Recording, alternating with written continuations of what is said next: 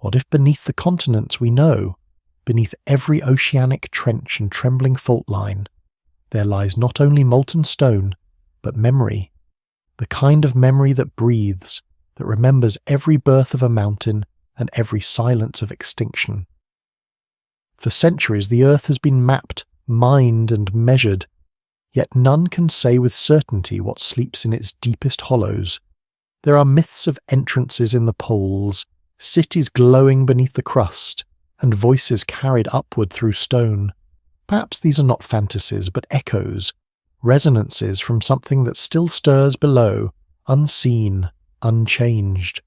So tonight, let us drift downward, past the layers of rock and time, into the pulse of the planet itself.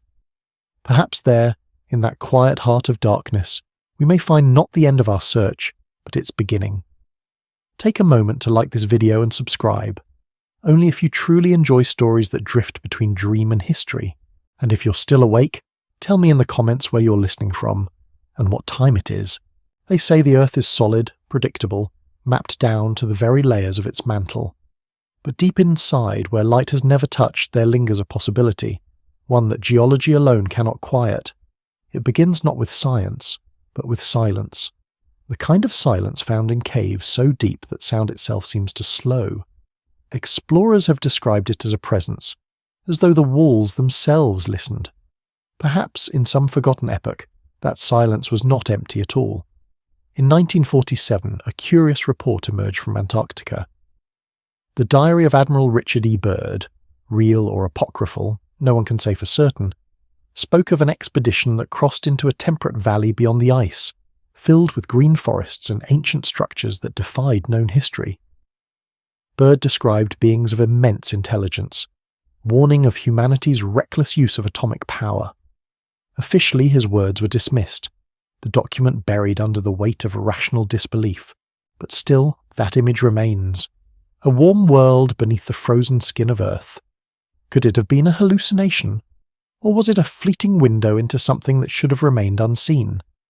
Across centuries, civilizations have whispered of inner worlds.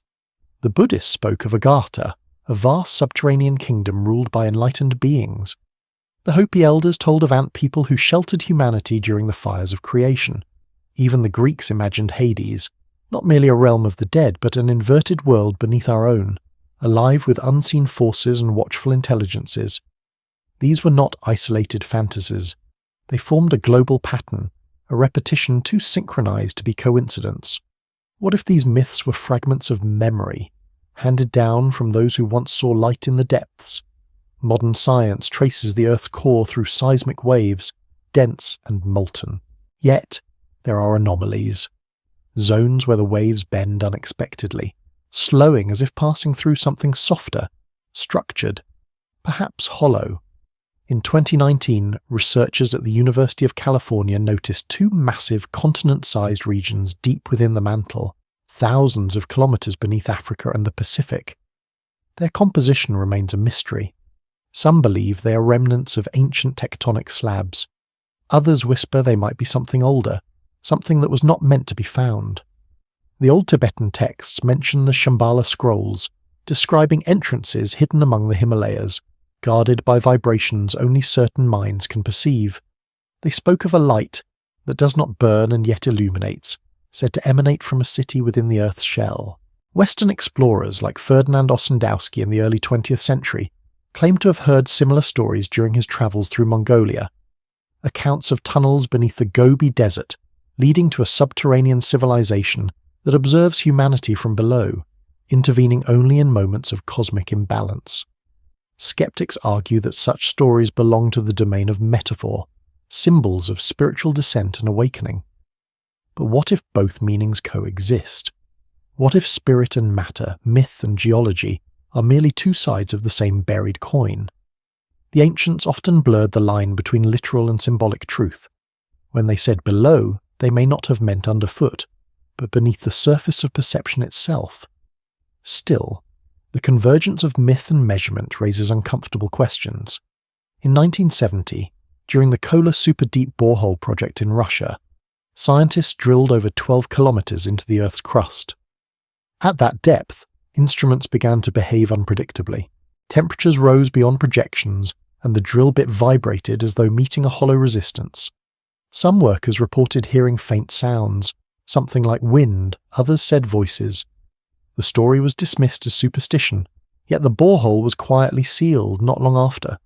To this day, it remains one of the deepest human-made points into the planet, and one of the most inexplicable.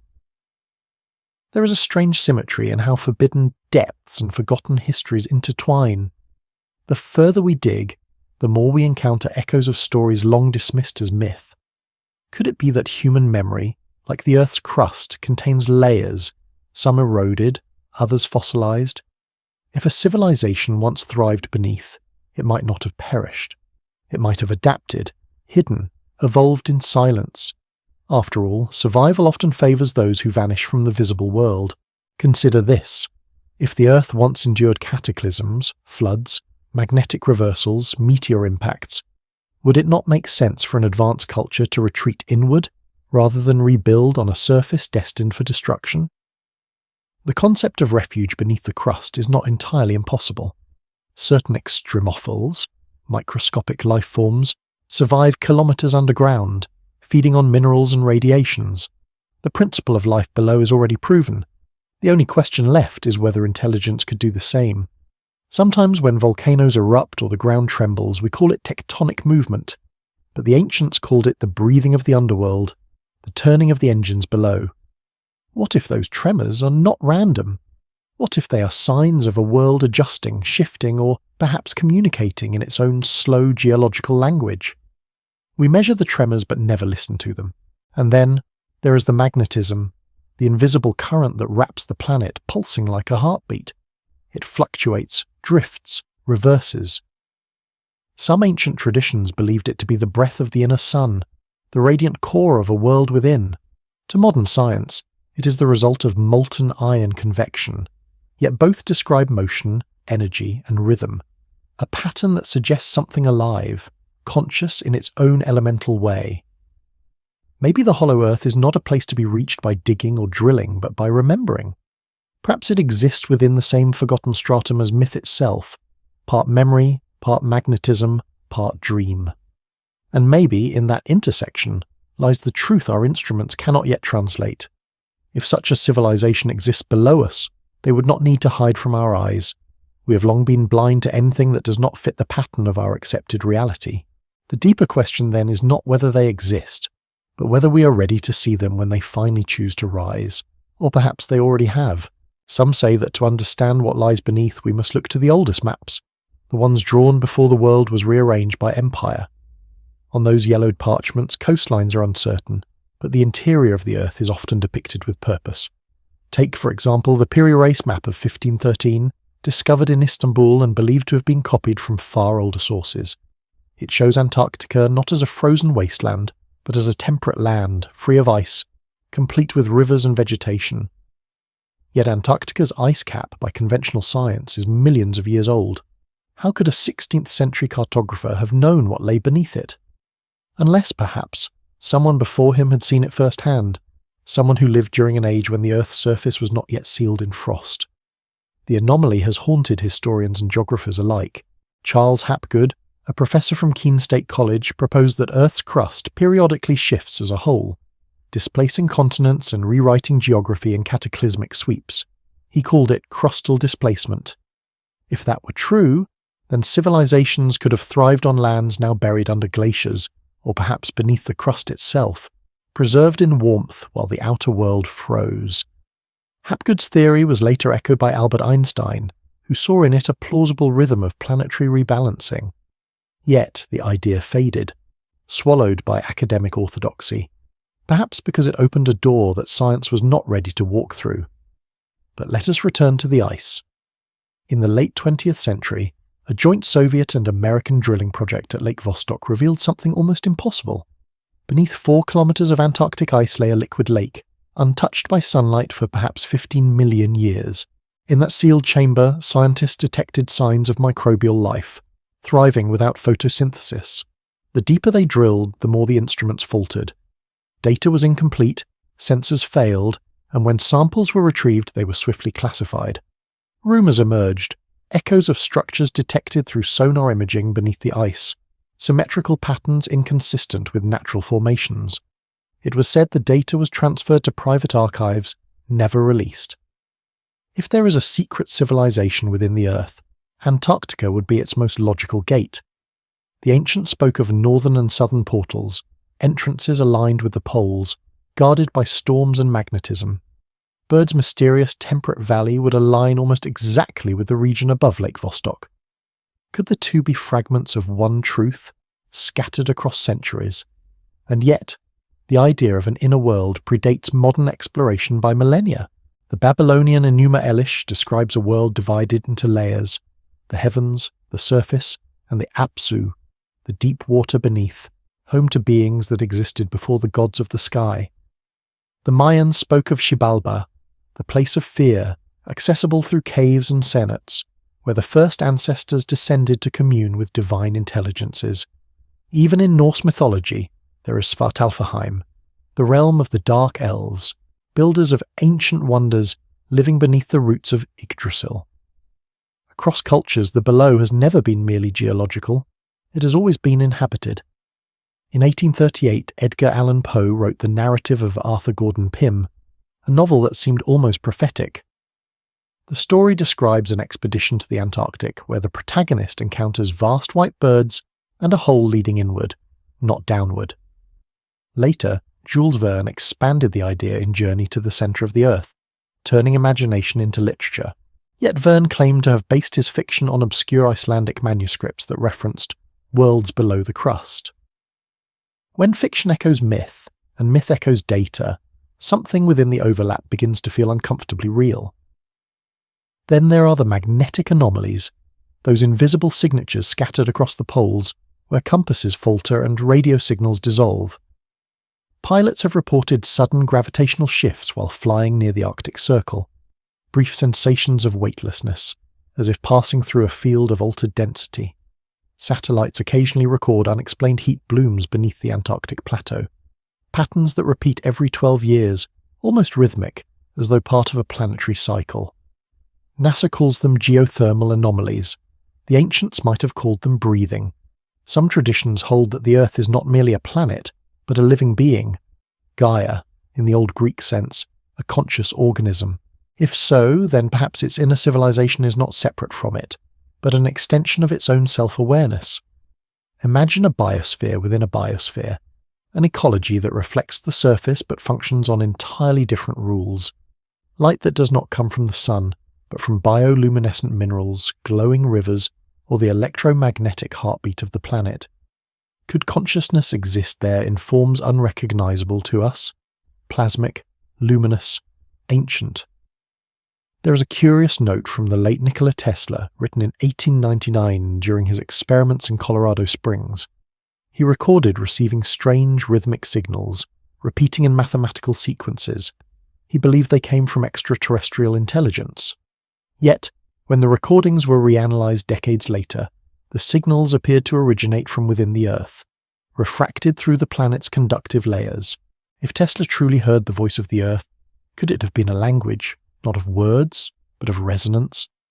And then the deeper question arises, if such a civilization exists, why remain hidden? Some argue it is protection, from us. Humanity, restless and volatile, might appear to them as children still learning to wield fire. Others believe they intervene subtly, shaping evolutionary paths, guiding technological leaps. Myths of sky gods descending could be memories not of visitors from above, but emissaries from below, ascending through gates of energy, their luminous forms mistaken for celestial beings. Perhaps, long ago, they walked among us, until our own violence drove them inward again. The philosopher Thomas Burnet once wrote in Telluris Theoria Sacra that the Earth is a body with a soul, and that its true design is not yet known. What if that soul has watchers, caretakers, archivists of time's forgotten cycles? If every extinction is followed by renewal, perhaps they are the bridge, the continuity between endings and beginnings. In this way, the inner civilization would not be separate from humanity's story but its unseen mirror. And yet, there remains a question that haunts every seeker of hidden truth. Would we recognize them if we met them? Would we see beings of flesh and form? Or would we encounter consciousness itself, vast and unshaped, dwelling in the magnetic breath of the planet? The Earth's crust trembles not only under tectonic stress, but under the weight of forgotten memory. What if each tremor is a reminder, a quiet pulse from the world within, whispering through rock and time, we are still here? The descent always begins in darkness. It is not the absence of light that unsettles, it is the density of silence. Those who have ventured into the deepest caves of the earth describe a peculiar sensation, a pressure behind the eyes, a hum beneath the bones. Some call it vertigo, others a form of resonance. But ancient mystics had another name for it, the echo of creation. They believed that within the earth's belly matter still remembers its birth, vibrating faintly with the frequencies that once formed worlds. To step below, they said, is to walk backward through time. One of the most enigmatic sites on the planet lies beneath Cappadocia in modern-day Turkey, Derinkuyu, an underground city sprawling more than 18 levels deep, carved from volcanic rock. Archaeologists claim it once sheltered over 20,000 inhabitants, yet no one knows who built it or why. The tunnels are engineered with precision, complete with air shafts, water channels, and massive stone doors that could seal entire levels from intrusion. Some say it was a refuge during war or disaster. Others whisper that it was never meant for those who walk the surface at all. The air is so perfectly ventilated that one can still breathe easily, even in the lowest chambers, as if the city were designed by those who understood the living pulse of the earth itself. In 1963, while renovating a house, a Turkish man broke through a wall and discovered the hidden entrance to Derinkuyu. Behind it stretched a labyrinth so vast that it defied local memory. How could such an immense structure remain forgotten? The walls show no soot, suggesting no torches were used. The absence of smoke deposits implies a different source of illumination, one that has since vanished. Perhaps the builders used light not of flame, but of vibration, the same unseen energy that hums faintly through the planet's veins. Beneath the city lie even deeper tunnels, some extending toward other underground complexes miles away, Kaymakli, Ozkonak, Mazi, forming an interconnected web beneath Anatolia. It is as if the surface settlements were mere shadows of a far older hidden civilization below. Could these be remnants of the so-called Agarthans? Or were they the survivors of a world-ending cataclysm, burrowing into the earth to escape fire from above? Legends from Tibet speak of a time when the earth burned, and the lords of the flame descended into the inner realms, carrying with them the seeds of knowledge. They became the Shining Ones, the teachers who would one day return. The Book of Jian, an esoteric text Helena Blavatsky claimed to have translated from ancient Tibetan sources, describes a civilization that flourished in the womb of the world, illuminated by the inner sun. It speaks of rays that feed without fire and towers that breathe life into stone. To modern ears, these phrases sound poetic, but to those who listen differently, they may describe a lost science, one that harmonized with the planet rather than extracting from it. Even in South America, the motif repeats. Deep within the Andes, the cave system of Taos in Ecuador has long been shrouded in mystery. In the 1970s, a joint Ecuadorian-British expedition led by the explorer Stan Hall, and, notably, accompanied by astronaut Neil Armstrong, ventured into its depths. They sought evidence of a supposed metallic library, a set of engraved plates chronicling the history of humanity and its celestial visitors. While no library was ever publicly revealed, members of the expedition reported chambers with perfect geometric alignment, their surfaces smooth as though machined. The caves resonated with low frequencies, producing a sense of awe and unease. Some claim to hear voices carried through the stone. It's tempting to dismiss such tales as coincidence, a universal human fascination with the underworld. Yet patterns persist even in the data. Across different continents, ancient tunnels align with magnetic ley lines, points of subtle energy mapped long before the invention of compasses. How did early builders know where to dig? What guided them to those intersections beneath mountains and deserts? Perhaps they were following not stars but currents beneath their feet, currents we have forgotten how to feel. In 2003, a team of Japanese geophysicists studying acoustic resonance in deep caves discovered something unexpected.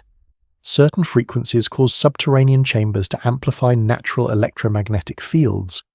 At these nodes, a whisper can echo like thunder, and instruments register spikes in electrical activity.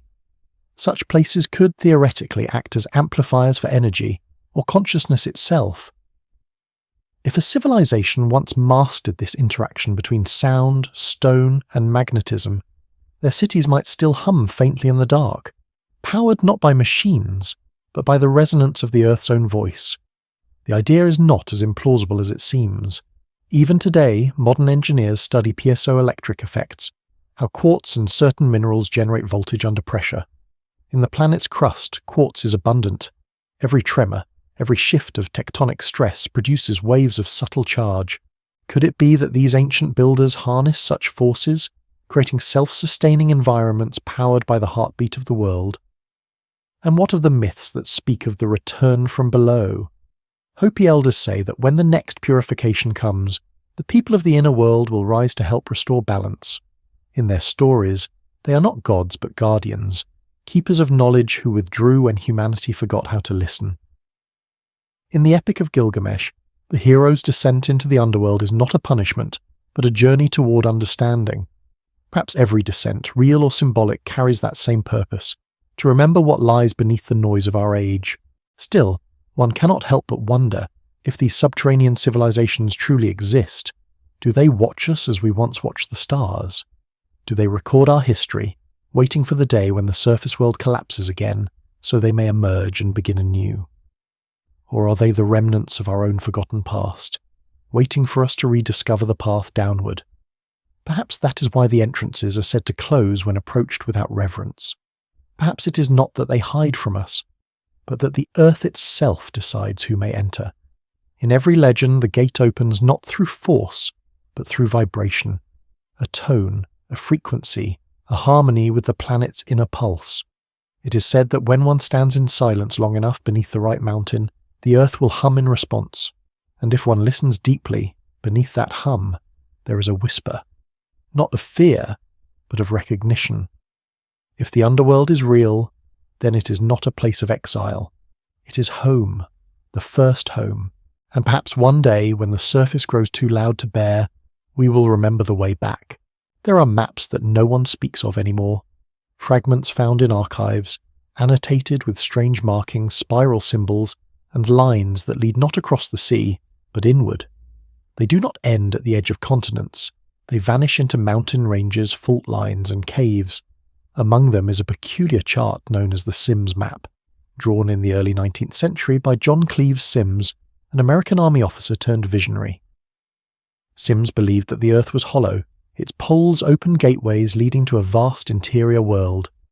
He called it the habitable concave, home to advanced civilizations illuminated by an inner sun. For his time, the claim was heresy. Yet, quietly, his idea took root. In salons, in secret societies, even among a few scholars who could not explain away certain anomalies in polar exploration. The hollow Earth theory, in the centuries that followed, became a metaphor for all that science could not name, but buried beneath its fringe reputation are fragments of forgotten data. When early explorers pushed toward the poles, their compasses faltered, their instruments spun unpredictably. William Parry in 1818 reported warm winds and drifting fogs at latitudes where no such warmth should exist. Others, including Norwegian explorer Fridtjof Nansen, wrote of strange mirages, reflections of mountains that appeared and disappeared on the ice horizon, as though refracted from another world below.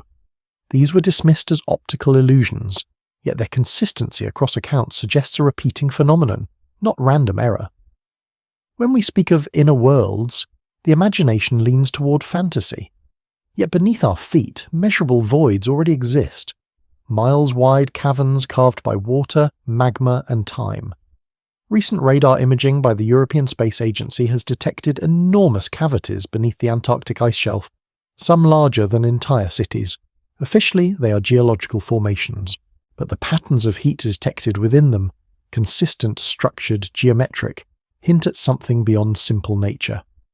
In 2020, researchers identified regular intervals of thermal flux, rising and falling in what seemed like cycles. Nature rarely organizes itself in perfect intervals. Ancient texts hint at the same geometry. In the Sanskrit Vishnu Purana, the earth is described as a sphere with 7 realms within it, each separated by walls of metal and light. The Persians spoke of Varas, underground sanctuaries built by Yima, the first king, to shelter the pure from a coming catastrophe. These were not afterworlds, but refuges, living realms beneath the surface where life would continue until the outer world could heal. Archaeologists have long sought evidence of such places, dismissing the myths as moral allegory. Yet, what if they were simply descriptions of memory, encoded instructions from those who had once descended and survived? The Zoroastrian texts go further, describing Yima's Vara as self-luminous, with its own stars, seasons, and creatures, protected from the sun and the frost above. The blueprint echoes through time, mirrored in Buddhist accounts of Shambhala and in the medieval legend of the Green Children of Woolpit, 2 mysterious children who appeared in 12th century England, speaking an unknown language and claiming to have come from a world beneath the ground, a place of perpetual twilight. Historians interpret the story as folklore, yet the strangeness of their physiology, green-tinted skin, hypersensitivity to sunlight and complete ignorance of surface customs, remains difficult to dismiss. Could they have been myth's brief intrusion into history, a reminder of what still breathes below? Modern science, of course, insists that such a world cannot exist, not with our current understanding of gravity, pressure, and heat. And yet, there are anomalies that resist explanation. In 2011, seismic tomography revealed massive low-velocity zones deep within the mantle, structures that extend like tendrils from the core toward the crust. Their composition remains uncertain. Some physicists have speculated they could be reservoirs of ultra-dense material. Others suggest they might be cavities filled with unknown compounds. Still, the data is incomplete, the models uncertain. Science, after all, measures only what it can reach. But what if what lies below cannot be measured, only perceived? What if consciousness itself is the only instrument capable of bridging that distance? Indigenous traditions across the world have long described shamanic descents, journeys inward through caves, often accompanied by sound, vibration, or altered states. The participants speak of seeing tunnels of light, vast chambers, and beings made of resonance rather than form. Could these be metaphors for the same phenomenon the mystics of Tibet, the Hopi elders, and the early explorers all spoke of? The crossing between outer and inner worlds, not through physical gates, but through states of awareness. In 1943, deep within Nazi Germany's occult research division, an expedition known as Operation Ries sought tunnels beneath the Owl Mountains in Poland. Officially, it was a military project to create underground factories. Unofficially, it was rumoured to have been part of a greater search, one for the Viril, an alleged source of radiant energy believed to emanate from the Earth's core. The idea of vril power came from Edward Bulwer Lytton's 1871 novel The Coming Race, which described an underground civilization wielding a mysterious force capable of creation and destruction. The story was fiction, yet it inspired real societies, the Vril Society among them, who believed the text concealed ancient truth. Whether myth or madness, the search for an inner light has always followed humanity like a shadow. Perhaps we sense instinctively that there is more beneath than the rock and magma, that the earth is not a dead shell, but a vessel of memory, humming quietly below perception. Tesla once wrote that the earth is alive with electric vibrations, and that to understand them is to understand life itself. He may not have realized how literal his words might become. Some say the entrances to the underworld are not where we expect them to be. Not at the poles or volcanoes, but hidden in plain sight, beneath cathedrals, beneath deserts, beneath the ruins that once aligned with celestial grids. When satellites measure these regions, they sometimes detect anomalies, magnetic distortions, unexplained voids, or rhythmic pulses that echo faintly through the crust. The ancient builders may have known of these intersections and built upon them not for worship but for communication. Could it be that the temples, ziggurats, and pyramids of the ancient world are not monuments to the sky, but markers of the world below? That their alignment with stars was only half the equation, the rest pointing downward into the hidden architecture of Earth itself? If that were true, then every sacred mountain, every forgotten ruin, is not an end but a door. We simply forgot how to knock, and perhaps the ones who still remember, the ones who still listen, are already beneath us, waiting for the vibration that will open the way again. Some mysteries are not found in the ground, but in the sound that rises from it. Beneath certain mountains there is a hum that never ceases, a low, continuous vibration, audible only in stillness. Geologists call it microseismic resonance, the Earth's natural song. But to ancient cultures, this hum was the voice of the underworld itself. The Tibetans called it the Earth's mantra. The Hopi said it was the breath of the ant people, exhaling through stone. Even Plato hinted at it in Timaeus, when he described the world as a living sphere breathing through its pores. What if, in some forgotten age, that hum was not only heard but understood? In the late 1900s, scientists in Germany recorded a peculiar acoustic anomaly near the Black Forest. Beneath the hills, instruments detected rhythmic pulses at precise intervals, too structured to be natural, yet too deep to be mechanical. The frequencies matched neither tectonic nor volcanic patterns. When the data was processed into audible range, the sound resembled a slow heartbeat, pulsing once every 8 minutes. Official explanations range from magma movement to echoing ocean waves, but none could explain its consistency. Some researchers quietly noted that the pattern mirrored brainwave frequencies observed during deep meditative states. Coincidence or communication? Ancient texts suggest that sound was once a bridge between worlds. The Egyptians carved entire temples tuned to specific resonances. At Dendera, in the Temple of Hathor, there are chambers that amplify certain frequencies until the stone itself seems to vibrate. Modern acousticians have confirmed that chanting at specific tones within these chambers produces harmonic echoes that persist long after the sound stops, as if the building were breathing in reply. To the priests, sound was not ritual, it was technology. Perhaps they remembered something that we have forgotten, that vibration, at the right frequency, can open more than the air. It can open reality itself. If the inner earth exists, its gates would not be made of stone or metal, but of resonance. Myth after myth describes entrances that respond not to strength but to sound.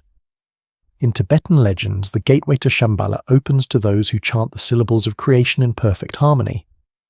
In the Andean highlands, the natives speak of Puerta de Hayumaca, a massive stone doorway carved into red rock. Locals say it is a portal sealed by a golden disc that responds to a tone of light. When explorers have approached it at dawn, some report faint vibrations, as if something beneath the rock hums in reply to the rising sun. There is another curious thread connecting these myths: the luminous beings said to dwell below. They are not described as human nor as spirits, but as entities of radiance, pale, quiet, and ancient. And in Native American traditions, they were called Shika, the shining teachers.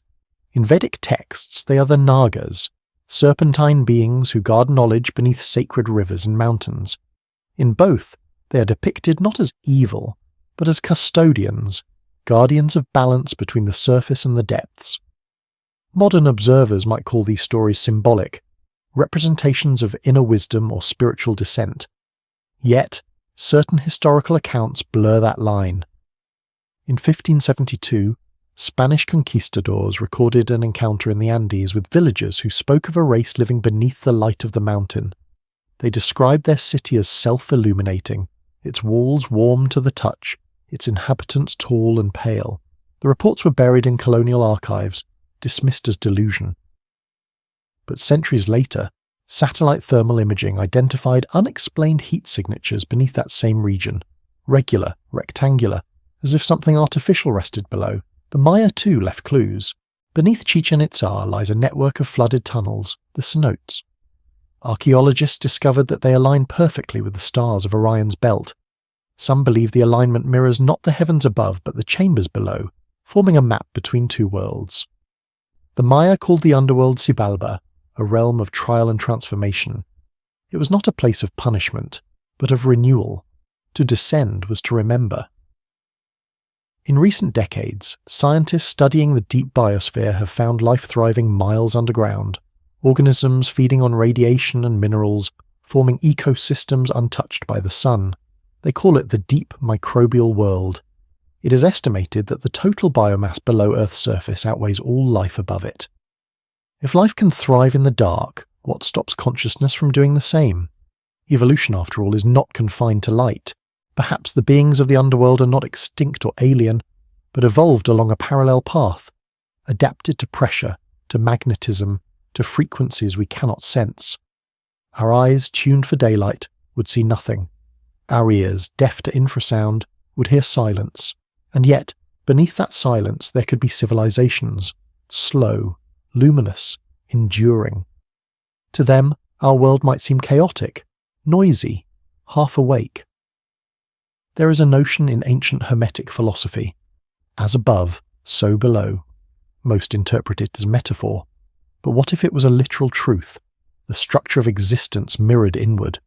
Galaxies spiral in the heavens, but so do magnetic fields deep within the planet.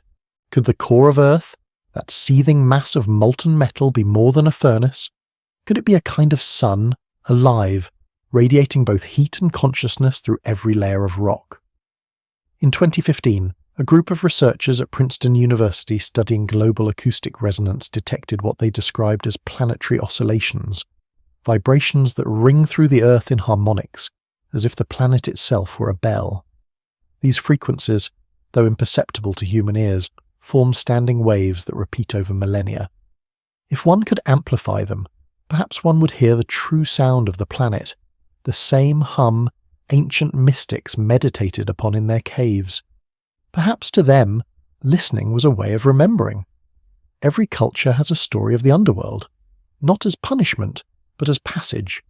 The Greeks had Hades, the Egyptians had Duat, the Mayans had Xibalba, the Tibetans had Agartha, always below, always waiting. Perhaps these are not different places at all, but the same realm, perceived through the lens of each civilization, a universal memory of what lies beneath the threshold of knowing. If we could listen closely enough, past the noise of machines and thought, we might hear it again, that slow, patient hum. And perhaps one day the tone will shift, signalling not an earthquake, but a return, a rising of something ancient, luminous, and familiar. When that time comes, will we recognize it as the planet's song, or as the voice of its hidden heart awakening? In the highlands of Tibet, monks speak of a moment during meditation when the body seems to dissolve and the mind sinks, not upward into the divine, but downward into the earth itself. They call this state Jine Nub, the stillness of descent. According to their teaching, beneath the surface lies not darkness but light, a realm of pure resonance where thought and matter are indistinguishable. The mystics say it is the true centre of the world, a place where the earth dreams itself into being. And perhaps that dream takes form as something we once called civilization. Every legend, it seems, points toward the same unseen centre. The Cherokee told of the Great Below, where people lived before the first sunrise. The Celts believed in Anion, the luminous realm beneath the hills, where time moves slower and death never arrives. Even early Christian mystics wrote of an interior world not metaphorical but spatial, described in apocryphal texts as the chamber where the earth keeps her firstborn. Always the pattern returns. Before the world we know, there was another, and it lies beneath. But beneath the poetry of myth hides an unease, a sense that this inner world may not be lost at all, only hidden from perception. In 1979, Soviet scientists conducting deep seismic scans beneath the Ural Mountains recorded reflections that defied explanation. The signals returned as if bouncing off structured layers, with symmetrical density patterns. At first, they were thought to be instrument errors. Later, a few geophysicists suggested a startling hypothesis, a vast void or network of chambers roughly 15 kilometers below the crust. The data was quietly archived. It never appeared in public journals. The same decade saw the Kola superdeep borehole reach its maximum depth, just over 12 kilometers. The reports from that project remain shrouded in ambiguity. Officially, they ceased drilling because of heat and pressure. Unofficially, several engineers spoke of acoustic anomalies, voices, they said, or something that imitated them. The Soviet press turned it into propaganda and Western tabloids into folklore, the so-called well to hell. Yet beneath the exaggeration, there remains one persistent fact. The instruments recorded inexplicable sounds from deep within the borehole, low-frequency modulations that repeated in cycles. To this day, no one has identified their source. In the years that followed, the pattern continued. NASA's magnetospheric studies in the early 2000s revealed what they called chorus waves, whistling tones generated by charged particles near the poles. But a small, overlooked paper by a physicist named W. L. Brown suggested these waves might also propagate inward, resonating with the planet's internal fields. He noted that certain frequencies produced echo-like responses, delayed, coherent, as if coming from structured boundaries within the planet. It is almost, Brown wrote, as if the Earth replies. Could it be that what scientists mistake for random resonance is, in truth, communication? A signal not from without but from within? The Maya might have said yes. In their cosmology, the underworld, Shambhala, was not a place of torment but of knowledge, a labyrinth through which souls passed to learn the language of the Earth. Only those who could hear its tone could cross unharmed. In their temples, stairways and corridors were designed to amplify certain sounds, footsteps, claps, chants, transforming them into deep echoing growls that seemed to emerge from the ground itself. Tourists who visit Chichen Itza today can still hear it. The serpent's hiss that answers a single clap at the base of the pyramid. The ancients, it seems, understood something about resonance that modern science has forgotten. The link between vibration and the unseen has surfaced even in contemporary research. In 2016, a team of physicists at Stanford University published findings suggesting that quantum vibrations in living cells, tiny oscillations in microtubules, might play a role in consciousness. If consciousness itself depends on vibration, then perhaps the planet's own vibrations are not inert. Perhaps the Earth, too, possesses awareness, layered, ancient, and capable of memory. Could the so-called inner civilization be part of that memory? Could they be the expressions of a planetary intelligence coexisting in frequencies beyond our range? To imagine such a thing is to step outside the borders of accepted knowledge, yet the clues keep returning. Legends of luminous beings who emerge during geomagnetic storms, records of subterranean lights during earthquakes, modern reports from miners who claim to see figures moving in tunnels where no one else stands. All of it dismissed as superstition, yet curiously persistent across geography and time.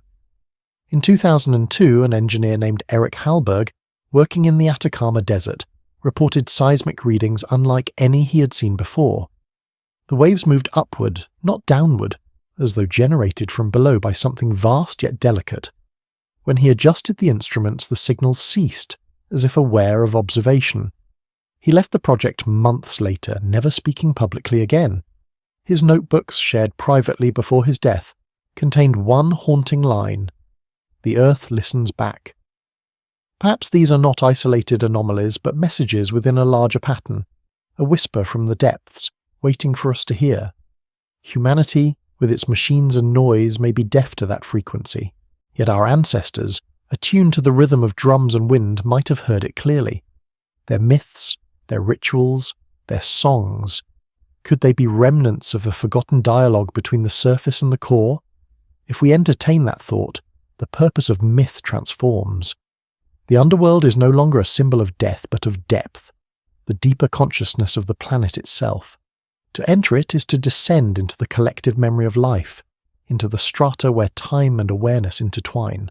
Those who live there, whether as spirits, civilizations, or resonant fields, are perhaps the caretakers of that memory, preserving what the surface forgets. The question, then, is not whether they exist, but why they remain hidden. Maybe they have no need for visibility. Maybe they exist in a slower rhythm of being, one that the restless tempo of surface life cannot perceive. To them, centuries might pass like moments. To us, they are myth. When seismographs shiver, when mountains hum, when compasses falter near the poles, we call it geology. But to the ancients, these were the planet's breath, the pulse of the hidden realm. Both may be true, and perhaps, one night, when the world grows quiet enough, we will hear it again, that faint vibration beneath the threshold of sound, like the heartbeat of a sleeping giant. The Earth has always been alive. We were simply too loud to notice. Every civilization has a story of descent. a moment when the world fractures and the chosen few retreat below. In the Sumerian tablets, it was the flood that forced the sages into the deep. In Norse sagas, it was fire, when Surtur raised his sword and scorched the 9 realms. Among the Hopi, it was not water nor flame, but noise, humanity forgetting the songs of the earth. The elders said that when the world grew too loud, the ant people opened the gates and led the survivors into the caverns to wait for silence again. Perhaps that story is not myth but memory, told through generations by those who once lived beneath. If such a descent occurred, when might it have been? Geology hints at several near resets. Around 12 to 800 years ago, the Younger Dryas event struck. A sudden return to glacial cold after the last ice age, triggered, perhaps, by a cosmic impact. Overnight, megafauna vanished, temperatures plummeted, and entire ecosystems collapsed. Archaeological layers from that period, at sites like Göbekli Tepe, North America's Clovis Horizon, and the meltwater channels of Scandinavia, bear the marks of catastrophe. Firestorms, floods, sudden abandonment. Some researchers, such as Graham Hancock and Randall Carlson, have suggested that advanced cultures may have existed before that cataclysm. Cultures erase so thoroughly that only myth remembers them. If any had the foresight or ability to survive, they would have needed refuge. And what better refuge than the earth itself? In the years following the Younger Dryas, monumental building began again. Göbekli Tepe rose in Anatolia, a temple complex buried intentionally soon after its construction. It appeared as if its builders had hidden it, not destroyed it, as if preserving memory for a future age. The carvings on its pillars show animals not native to its region, and constellations that correspond to ancient skies. Some scholars argue that these alignments mark a warning, a celestial date when destruction came.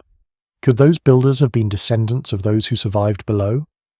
Across the world, the pattern repeats. The Andes hold the megaliths of Pumapunku, their blocks carved with such precision that modern engineers struggle to explain them. Under the Pacific, the Yonaguni Monument lies submerged, a staircase of stone, geometric and deliberate, as though once above water. Each site carries the same quiet signature: sudden appearance, inexplicable mastery, abrupt disappearance. It is as though knowledge rose from the ground, flourished briefly, then sank back into silence. Ancient texts often speak of teachers who emerge from beneath. The Sumerians called them the Apkallu, 7 sages sent from the depths to restore wisdom after the flood. The Egyptians remembered them as the Shebtu, those who came from the islands of the underworld to build the first temples along the Nile. In Mesoamerica, they were Quetzalcoatl and Viracocha, pale, bearded figures who arrived after the Great Deluge, bringing architecture, astronomy, and lore. The myths differ in names, but not in essence. Each tells of beings who appeared after catastrophe, bearing knowledge as if remembered rather than discovered.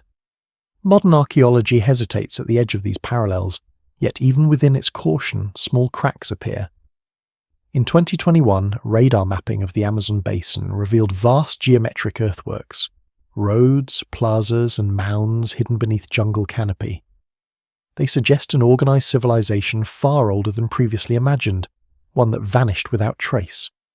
The soil's magnetic structure hints at controlled burning, long-term habitation, and curiously subterranean chambers. When researchers took seismic readings, they found anomalies beneath several sites, hollow spaces, deep and evenly distributed, like the roots of a vast buried city. Perhaps these were not primitive settlements at all, but remnants of a people who once lived in harmony with the Earth's pulse, who understood how to move with its cycles rather than against them. If so, when the cataclysm came, they would not have fled upward but inward, following the frequencies of safety that ancient geomancers called the sleeping veins. The philosopher René Guénon once wrote that the centre of the world has never been lost, it merely withdrew. He described it as the axis connecting heaven, earth, and the underworld, a symbolic geography that also might be literal. He named it Agartha, borrowing from the Sanskrit Agartha, the hidden kingdom beneath the Himalayas. In Guénon's vision, Agartha was not a city of fantasy, but the remnant of a primordial civilization that survived the end of an earlier world age. It guided surface humanity through intermediaries, symbols, dreams, coincidences, while remaining unseen. The historian Ferdinand Ossendowski, who travelled through Mongolia in the 1920s, heard the same from Buddhist monks. They told him of a king of the world who ruled from beneath, communicating telepathically with chosen lamas. The monks claimed to feel tremors in the ground when the king of the world meditated. Skeptics dismiss these stories as legend, yet similar accounts surfaced in South America, in Tibet, and even among esoteric circles in pre-war Europe. Always there is the notion of an inner council, a hidden order maintaining balance from within the Earth's heart. Could this be the mythic memory of a real network, a civilization that survived catastrophe by retreating into the crust and continuing unseen? Consider the technological paradox of early history. Between 10,000 and 5000 BCE, monumental architecture appeared globally. The megaliths of Britain, the pyramids of Egypt, the ziggurats of Mesopotamia, the pyramids of Caral in Peru. These arose not gradually but suddenly, as if built from pre-existing blueprints. Yet the societies that built them left no record of experimentation, no visible learning curve. It is as though the knowledge came ready-made, reintroduced by unseen teachers. Could these have been emissaries of the hidden world, surfacing briefly to rebuild after destruction, then withdrawing again before history resumed?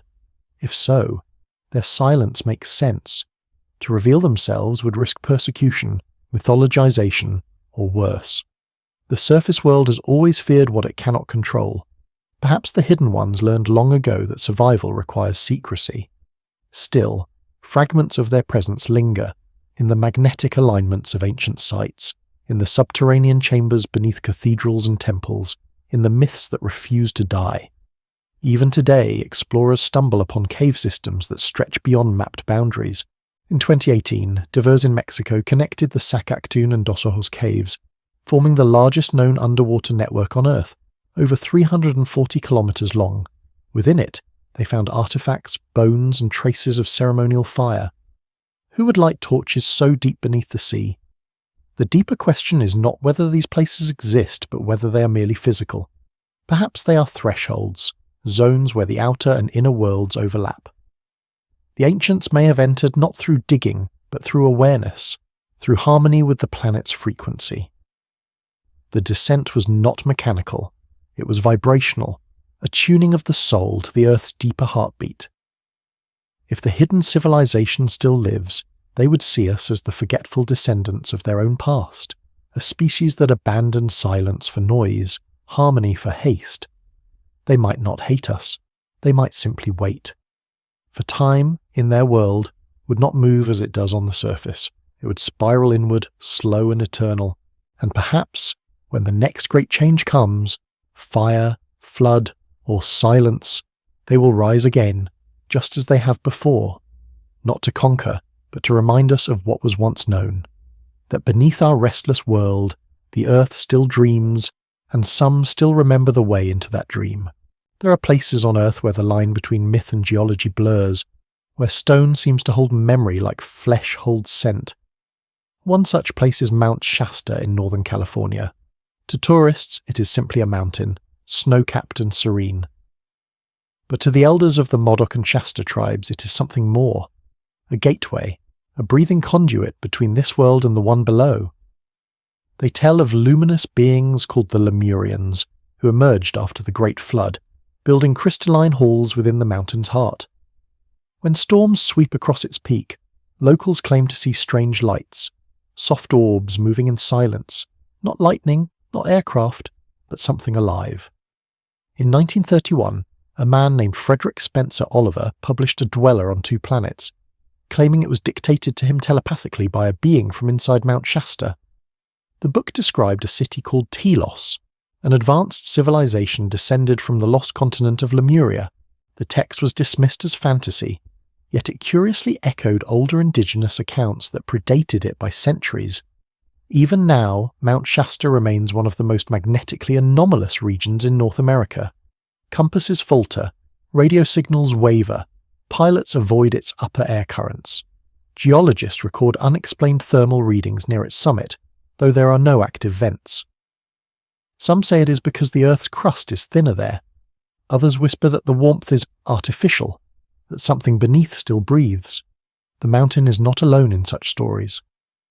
Across the Pacific, in Japan's Aokigahara forest, legends speak of tunnels beneath Mount Fuji, passages that lead to a hidden realm. In South America, ancient Quechua hymns refer to the sleeping roads beneath the volcanoes, corridors of light where time folds. Even the Apennines of Italy conceal labyrinths rumoured to be gateways into the belly of the mother. Always the same pattern, the same axis mundi. Mountains as mirrors of the world's interior, their peaks touching heaven while their roots pierce the underworld. It is tempting to treat all this as metaphor, the poetry of cultures explaining the inexplicable. Yet strange patterns persist in the physical record. Satellite magnetometry has revealed vertical anomalies beneath certain mountains, columns of unusual density or emptiness, extending deep into the crust. They are not volcanoes, nor water channels, nor faults. They are something else. Their geometry repeats too perfectly across continents to be random. Some form a pattern when connected, lines that spiral inward, converging roughly beneath the Indian Ocean. It is as if the Earth itself hides a network, not of tunnels, but of intention. The philosopher Edmund Halley, better known for the comet that bears his name, once proposed that the Earth consisted of concentric shells, each capable of supporting life, each emitting its own magnetic field. He was ridiculed, but his model remains strangely compatible with modern discoveries, distinct layers of conductivity within the Earth's mantle that behave as though they were separate worlds. If each layer resonates with its own frequency, might it also host its own form of being? In the late 19th century, miners in California reported hearing music beneath the ground. It began as faint vibrations in the iron shafts, then became voices, chanting in unknown harmonics. The reports were dismissed as the effects of exhaustion and echo. Yet, when the shafts were sealed, the vibrations stopped. Sound, it seems, requires presence, and presence, even unseen, leaves resonance. Perhaps this is what the ancients meant when they spoke of the inner sun. Not a literal star, but a radiant core of vibration, light that manifests as warmth, memory, consciousness. The alchemists called it Sol Invictus, the invincible sun within matter. The mystics of India called it Agni, the flame beneath the heart of the world. They said it nourishes all life through the unseen current of energy we now call magnetism. To them, every living being, every spark of consciousness, was a reflection of that inner fire. And somewhere below, they said, dwell those who remember how to speak its language. Could it be that this language is not spoken in words, but in geometry, in tone, in frequency? Tesla believed that the secret of the universe lies in the numbers 3, 6, and 9, the harmonic keys to vibration. Sacred architecture across the ancient world mirrors that same triadic proportion. The pyramids, Stonehenge, Angkor, Teotihuacan, all vibrate at frequencies corresponding to Earth's natural resonance, the so-called Schumann frequency. To what purpose? Perhaps to communicate, perhaps to listen. In 2020, a group of researchers from Kyoto University recorded infrasonic pulses beneath the Pacific floor, waves that repeated every 33 minutes. The pattern was global, synchronized across sensors thousands of miles apart. Officially, the cause remains unknown. Unofficially, some theorized it was tidal resonance. But the data showed a strange coherence, as if the pulses were modulated, shaped, like code. What if it is? What if, beneath the noise of the planet, there is a signal that has never ceased? The oldest traditions teach that the world is not solid, but layered, each plane vibrating at a different octave of reality. The physical world is merely one of these notes. Beneath it lie others, denser and slower, invisible but not inert. Perhaps the beings said to dwell inside Earth are not confined by rock and magma at all. Perhaps they inhabit another layer of the same sphere, occupying the same space but resonating at a different frequency. To us they are unseen, to them we are ghosts of a higher note. If so, then the entrances to their realm would not be physical doors but harmonic thresholds, places where frequency shifts. Mountains, caves, and ancient temples might act as tuning forks, vibrating at the right tone to open perception. Those who stand at these points and fall silent might catch a glimpse, a flicker of that deeper world, the shimmer of geometry in motion, the hum of consciousness below consciousness. And perhaps that is what the myths of Lemuria, Agartha, and Shambhala were always trying to tell us. Not that paradise lies underground, but that it lies beneath awareness, within the living frequency of Earth itself. The civilizations of the deep are not merely others. They are us, remembered differently, vibrating in a state we have forgotten how to reach.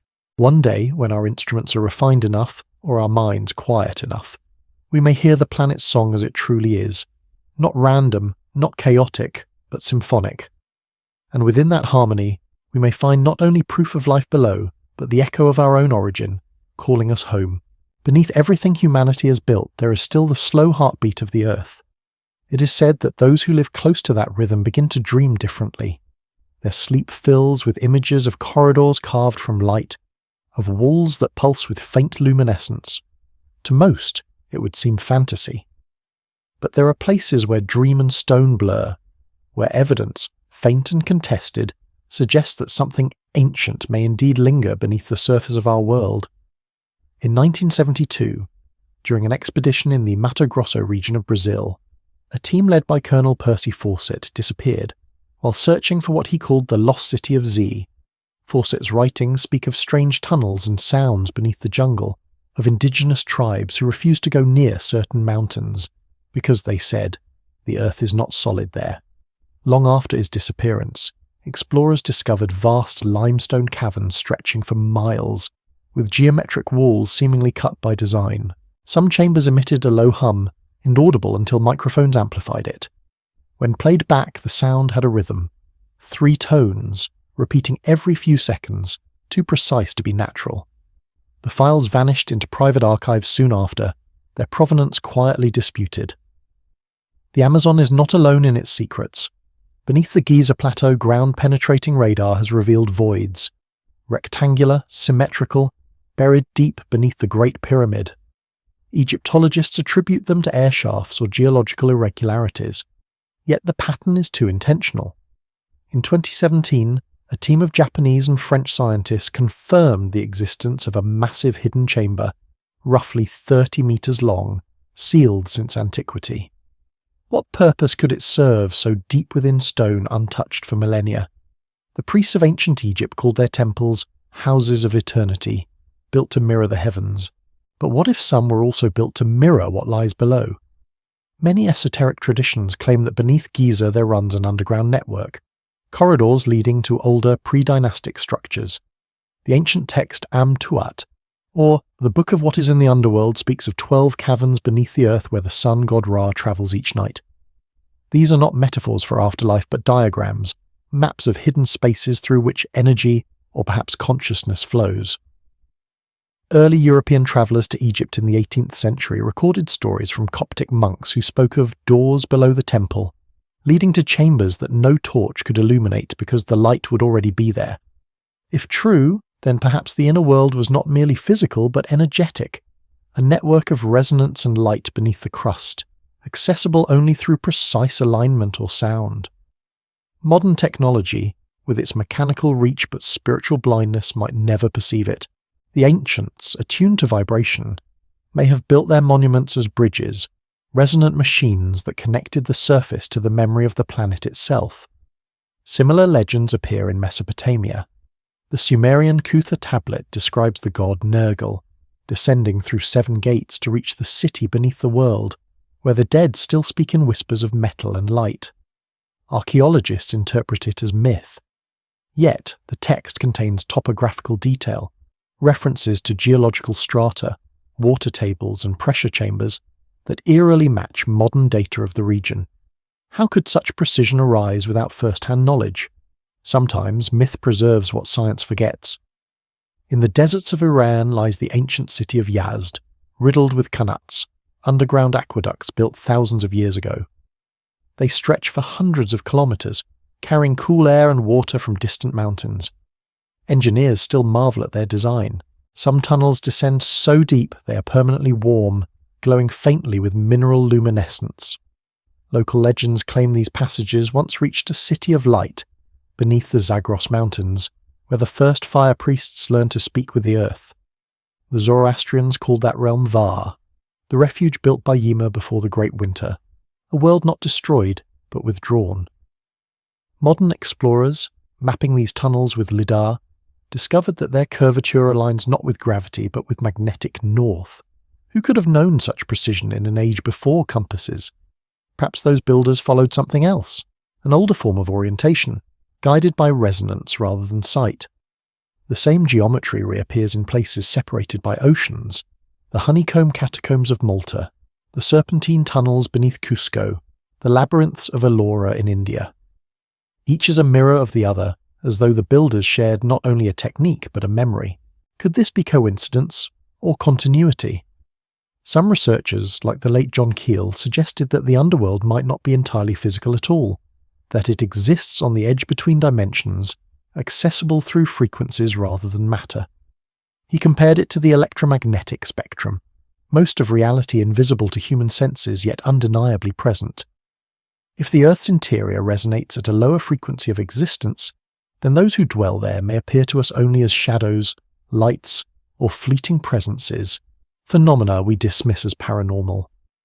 And perhaps they are watching still.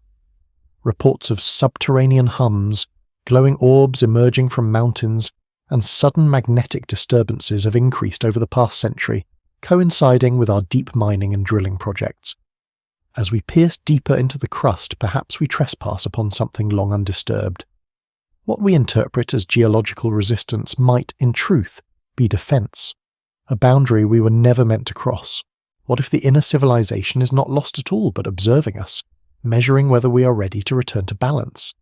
They would see our world from below, cities glittering like constellations, oceans turning red with bloom, storms spiraling across the sky. To them it might appear as a wounded surface gasping for stillness. Would they mourn us, or merely wait for the next silence, the next renewal, as they have so many times before? Some say the hollow earth is fantasy, but fantasy has always been humanity's way of remembering what fact cannot hold. Beneath the crust, beneath the myths, there might be an older story still unfolding, a conversation between planet and people that we forgot how to hear. Perhaps the beings below are not gods, not aliens, not ancestors, but the Earth's own consciousness, fractured into forms. And perhaps our destiny is not to conquer the depths, but to listen, to learn their language once more, for the planet still hums. And sometimes, late at night, when the world grows still, that hum seems to echo through our bones, reminding us that we too are part of what lies below. The deeper we journey into these mysteries, the more the planet begins to resemble a living archive. Its strata not merely layers of rock, but pages of memory. The deeper one reads, the stranger the language becomes. Archaeologists once thought they were uncovering the past. Perhaps they were instead disturbing what had only been sleeping. In 1968, off the coast of Bimini in the Bahamas, divers discovered a line of massive stone blocks arranged with unnatural precision. Known now as the Bimini Road, it lies just beneath the shallow water, forming a path that seems to lead into the sea itself. Mainstream geology claims it is natural, beach rock fractured by tidal movement. Yet, the stones fit together like deliberate architecture, their edges beveled, their corners aligned to true north. Edgar Cayce, the American clairvoyant, had predicted decades earlier that the ruins of a lost civilization would rise from the sea near Bimini around that very time. Many dismissed his visions as coincidence, but to others, the discovery felt like a memory resurfacing. If there once existed a civilization capable of global architecture, one that built across oceans, its legacy must exist not only above ground, but below. Geological evidence suggests that many of the world's great fault lines correspond to ancient trade routes and mythic energy corridors. Why would the ancients travel where the earth itself trembles? Unless they knew that those trembling lines were not danger but power, currents of magnetism that connect the outer world to the one beneath. In the Pacific, beneath the island of Ponape, lie the ruins of Nan Madol, a city built on coral reefs, its basalt columns arranged into 92 artificial islets. No one knows how they were constructed, or by whom. The stones are so dense that even modern cranes would struggle to lift them, yet there is no record of struggle, no sign of quarry. Local legends speak of builders who floated the stones with sound. Modern researchers have found traces of magnetized minerals in the blocks, suggesting that the builders understood resonance in ways we no longer do. Beneath Nan Madol, divers have found submerged corridors leading further down, disappearing into silt. The instruments falter there. Magnetic interference again. Perhaps these ruins are not random. Perhaps they mark the surface exits of something far older. A civilization that moved underground after disaster, leaving only faint doorways behind. Each ruin could be a fingertip of the hidden hand beneath. In 2008, a team from the University of Tokyo studying deep ocean trenches off the Mariana region detected strange geometric echoes beneath the seabed, patterns repeating every 40 kilometers, forming an arc. They were dismissed as sonar artifacts, but one researcher, Dr. Keiji Aramaki, proposed they were the remains of a vast network of caverns formed before the crust settled into its modern shape. His paper suggested the possibility of stable hollow zones insulated from pressure and heat, habitable spaces where unknown life could persist. The paper was withdrawn weeks after publication. Aramaki resigned quietly soon after. If the Earth's crust does harbour such sanctuaries, then the myth of the inner civilization may not be fantasy. It may be survival. Imagine a people who fled cataclysm not to the stars but inward, into caverns that remained temperate even as the surface froze or burned. The magma beneath would offer warmth, mineral-rich groundwater, sustenance. Over millennia they could have adapted. Pale skin, vast eyes, echolocation replacing sight. Evolution moves quickly in isolation. 1,000 generations would suffice to birth a new kind of humanity, one moulded not by sunlight but by resonance. Stories of such beings persist across cultures. The Cherokee tell of the Nunahi, immortal people living in crystal cities beneath the Smoky Mountains. In the Basque country, tales speak of the Gentilak, giant builders who vanished into caves when Christianity came, promising to return when the world forgets its origin. Even in modern accounts, miners and spelunkers tell of whispers in the dark, footsteps that echo before they walk, lights that drift like thought through stone. The rational mind dismisses these as echoes, reflections, hallucinations. Yet why do the same descriptions repeat across continents, across centuries? Maybe the underworld is not silent at all. Maybe it has always been speaking, but only in a language of vibration, the low hum that some hear before earthquakes, the infrasonic tremors that unsettle animals before eruptions. Could these be the murmurs of the world within, trying to maintain equilibrium as our activities above grow ever more violent? Modern drilling, fracking and deep mining reach further into the crust each year. Machines now bore kilometers downward, disturbing layers that have never known light. In 2019, an entire section of Siberian permafrost collapsed into a sinkhole, revealing what appeared to be a network of smooth tunnels beneath. Official reports blamed thawing ice. But locals spoke of voices that came with the collapse, and of light that glowed from the chasm for 3 nights before fading. The site is now sealed, labelled restricted. Science frames such anomalies as errors, optical illusions, data noise. But perhaps our refusal to see is a kind of blindness chosen for comfort. To acknowledge what might live below would force us to rethink not only history but hierarchy. Humanity has always seen itself as the planet's pinnacle. What if we are only its surface layer? There is an ancient hermetic axiom. That which is below is like that which is above, to accomplish the miracles of the One. Perhaps that One is not a god, but the earth itself, its inner and outer worlds reflections of one consciousness.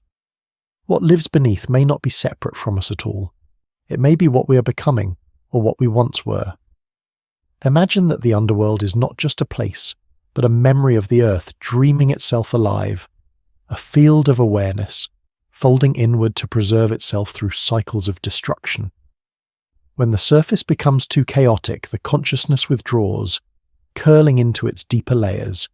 Civilizations vanish, myths remain. Then, when balance returns, the dream unfolds again. The old myths of resurrection, Osiris rising from the underworld, Christ from the tomb, the phoenix from the ashes, may all echo the same cosmic rhythm. Descent, dormancy, return, Perhaps what sleeps beneath is not alien, not divine, but terrestrial intelligence in hibernation, waiting for the surface to quiet enough for rebirth. When the day comes that we finally listen, when we place an ear to the trembling ground and hear that low, steady hum, we may realize it is not the sound of the planet moving. It is the sound of something awakening. There are stories that begin where maps end, not with conquest, but with descent. When the explorers of the 19th century reached the poles, many of them returned changed, haunted not by what they saw, but by what they felt. Admiral Richard Byrd, whose name still echoes in the annals of polar exploration, described a world beyond the pole where ice gave way to green valleys and radiant light. His diary, if genuine, recounts something extraordinary. An encounter with beings who spoke through vibration, warning of humanity's imbalance. The account was swiftly dismissed, sealed under military classification, and later resurfaced only in fragments. Was it delusion, or a truth too destabilizing to publish? Even before Byrd there were older records. In 1820, Captain John Cleves Sims claimed that both the Arctic and Antarctic were open gateways leading to vast interior lands. He lectured across the United States, arguing that Earth's poles curved inward rather than outward. He even petitioned Congress to fund an expedition to the polar openings. He was ridiculed, but strangely, within decades, many nations began sponsoring secretive polar missions, ostensibly for mapping, yet always shrouded in silence upon return. Why such secrecy over barren ice?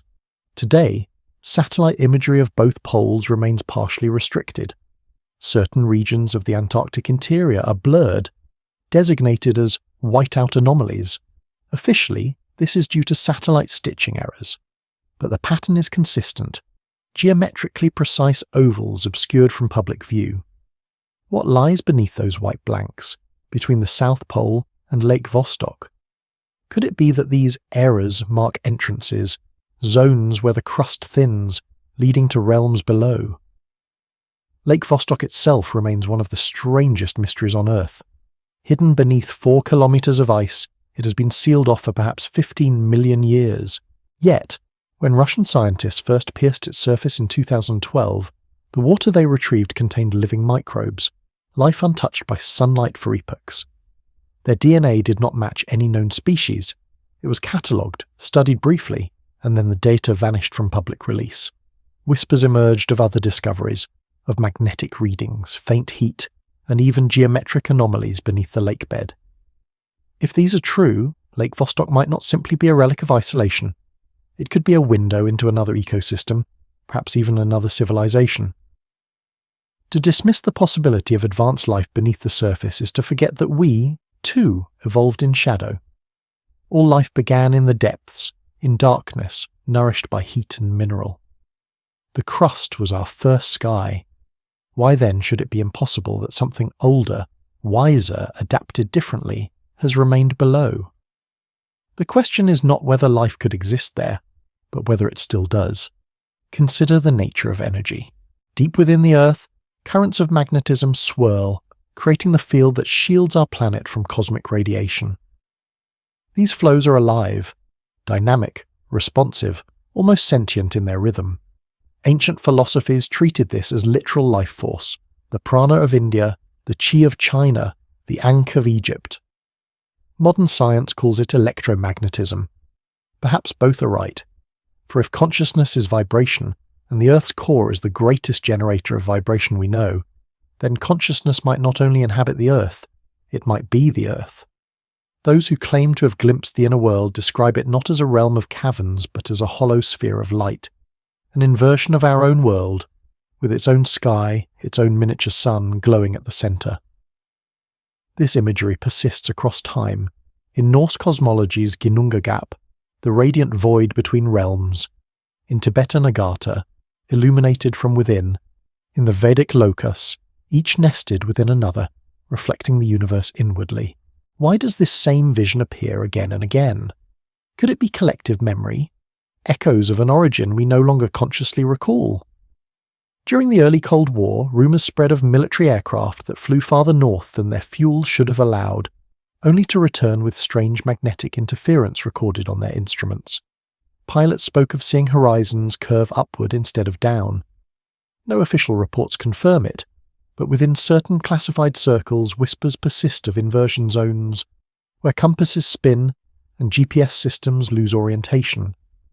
Could these be the borders of that inward curvature?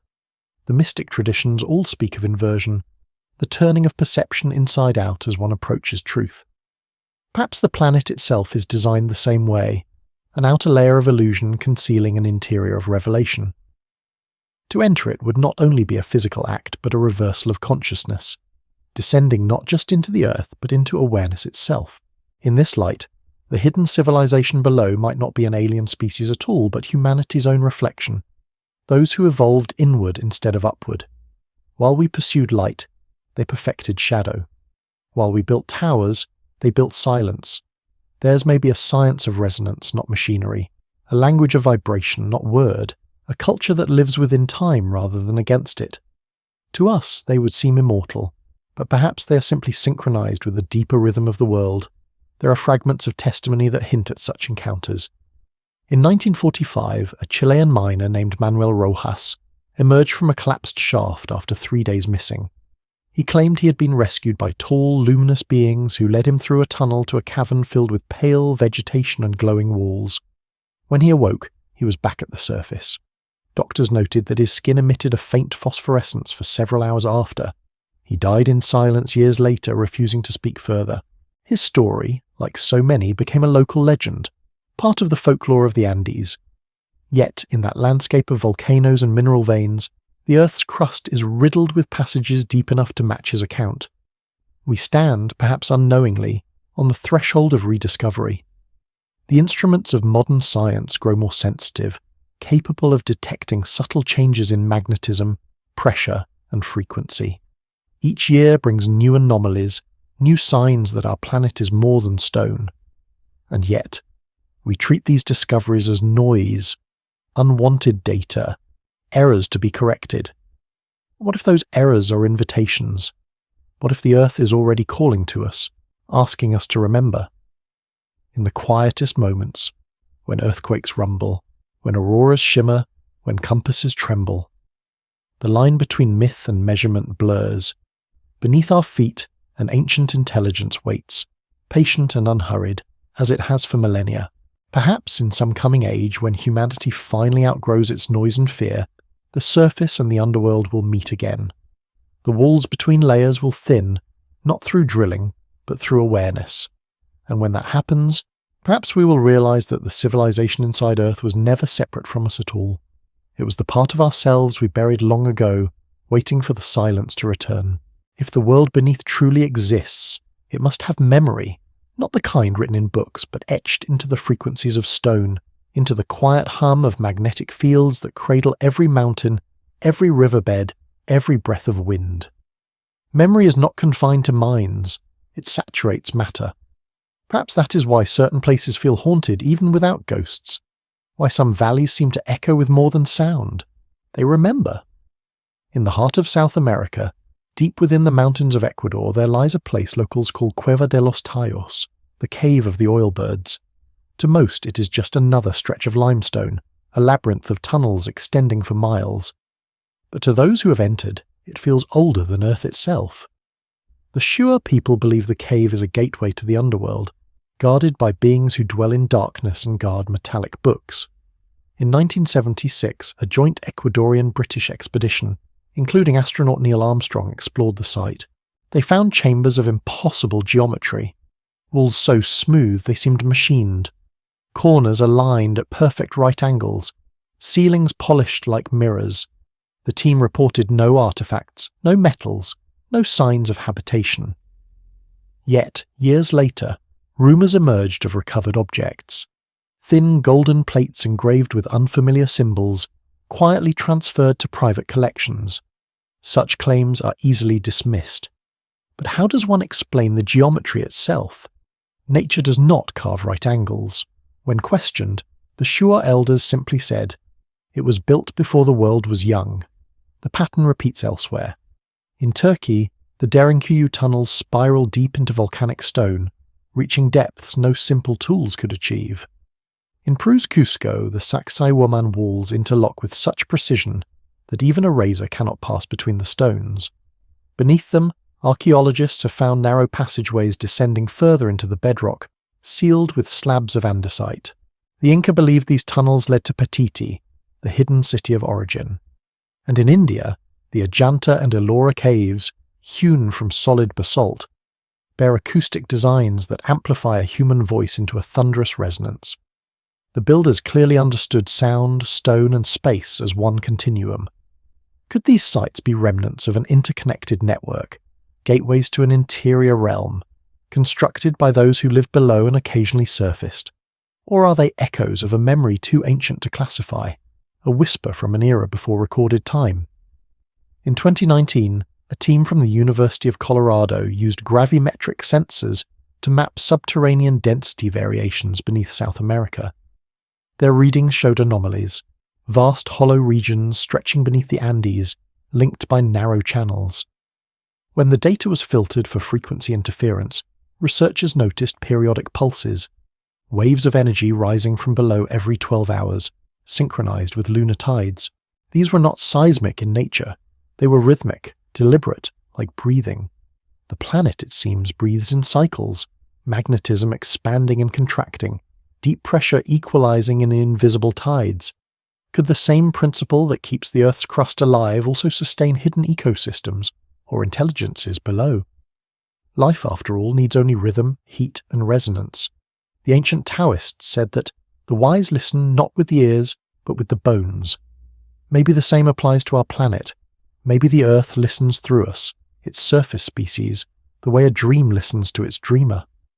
If consciousness pervades matter, then the underworld may not be an alien kingdom, but an extension of that consciousness, a place where thought and geology intermingle. To us it might appear as caverns, luminous fungi, or civilizations of light. To them, our world might appear as a distant vibration, flickering in and out of awareness. The bridge between us would not be a tunnel, but a tone. In 2003, scientists studying seismic wave resonance at Stanford discovered low-frequency vibrations that travel around the Earth's core like sound through a bell. They called them normal modes, the planet's natural music. Each mode corresponds to a precise pitch, though too low for human hearing. When these frequencies were transposed upward into audible range, the sound was haunting, deep, meditative, like the drones used in Tibetan throat singing. One researcher remarked, half jokingly, that the Earth sounds like it's chanting. But what if it's not a joke? What if that chant is a dialogue? The same primordial tone the ancients heard in their caves, the same hum carved into myth as the voice of the underworld? It would mean that every earthquake, every volcanic eruption, is not chaos but communication, a rebalancing of frequency between inner and outer layers. When imbalance grows too great, the Earth adjusts, releasing pressure in what we perceive as destruction. But to the hidden civilizations, it may feel like breathing, a momentary exhale before calm returns. Ancient cultures seem to understand this language. The Maya timed rituals to magnetic fluctuations, not the solar calendar. Egyptian priests tuned temple chants to the resonance of specific chambers. Even the cathedrals of medieval Europe, with their vaulted ceilings and harmonic ratios, seem built to capture and amplify the planet's hum. Perhaps all sacred architecture was once part of a vast effort to communicate, to synchronize surface life with the pulse below. If such synchronization once existed, what broke it? When did we forget how to listen? Some say it was the rise of noise, the mechanical age, the hum of engines drowning the hum of Earth. Others say it was pride, the illusion that knowledge means control. In truth, to know is to harmonize. Control is merely dissonance. The underworld, then, may not hide from us out of malice, but necessity. If its inhabitants, or energies, vibrate in a frequency of perfect coherence, the chaotic resonance of our modern world would be unbearable to them. We would sound like thunder to their silence, and yet, occasionally there are reports, fleeting, fragile, of contact. Hikers who hear voices deep in mountains speaking in tones that seem both inside and outside the ear. Miners who see shapes of light that vanish when approached. Explorers who feel watched not with hostility, but with patience, as though something ancient measures our readiness. Maybe that is what all this is, an initiation written across the ages, the earth waiting for humanity to become quiet enough to enter again. We may not need to dig or descend to reach them. We may only need to remember what silence sounds like. For silence, like gravity, always leads downward, and perhaps when we finally follow it, we will find that the underworld was never beneath us at all. It was within, waiting for the right vibration to open the way. When the ancients spoke of the underworld, they never imagined it as hell. It was a womb, a place of waiting, of transformation. In the Egyptian Duat, the soul passed through 12 gates, each guarded by beings of light and shadow. The purpose was not judgment, but alignment. The soul had to learn the earth's deeper rhythm before rebirth. Perhaps this was not metaphor at all, but memory, an encoded recollection of journeys once made not by spirits, but by living beings, travelling through the inner strata of the world. In recent years, scientists have discovered something peculiar beneath the crust, structures known as large low shear velocity provinces, or LLSVPs.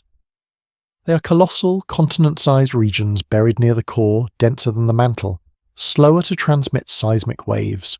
No one knows what they are. Some hypothesize they are remnants of primordial Earth, others that they are accumulations of heavy minerals, but the data reveals something stranger. The two largest LLSVPs lie directly beneath Africa and the Pacific, precisely where myths of hidden worlds and gates of fire most often originate. Coincidence, perhaps.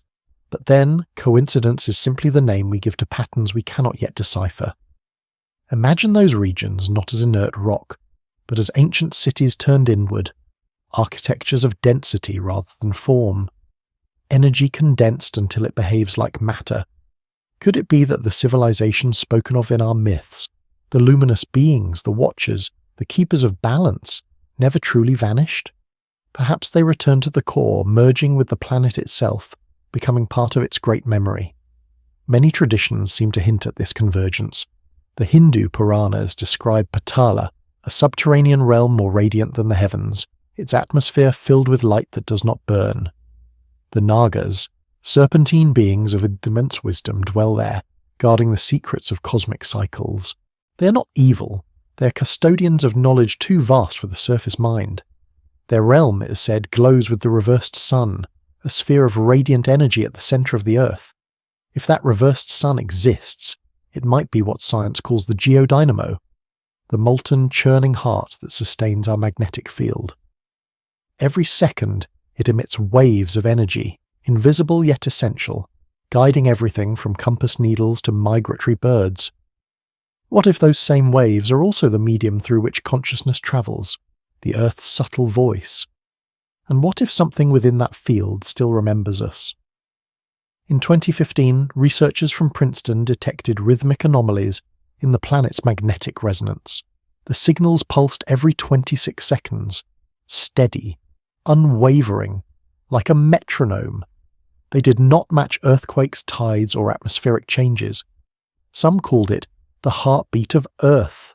But what if it is not the planets alone? What if it is a shared rhythm, ours and theirs, synchronizing across layers of existence? Perhaps this heartbeat is the signal that connects the inner and outer worlds. The ancients may have known this instinctively. In Sumerian myth, when Inanna descends to the underworld, she passes through 7 gates, surrendering 1 item of power at each threshold, symbols of ego, attachment, noise. Only when she becomes utterly still does the inner world open to her.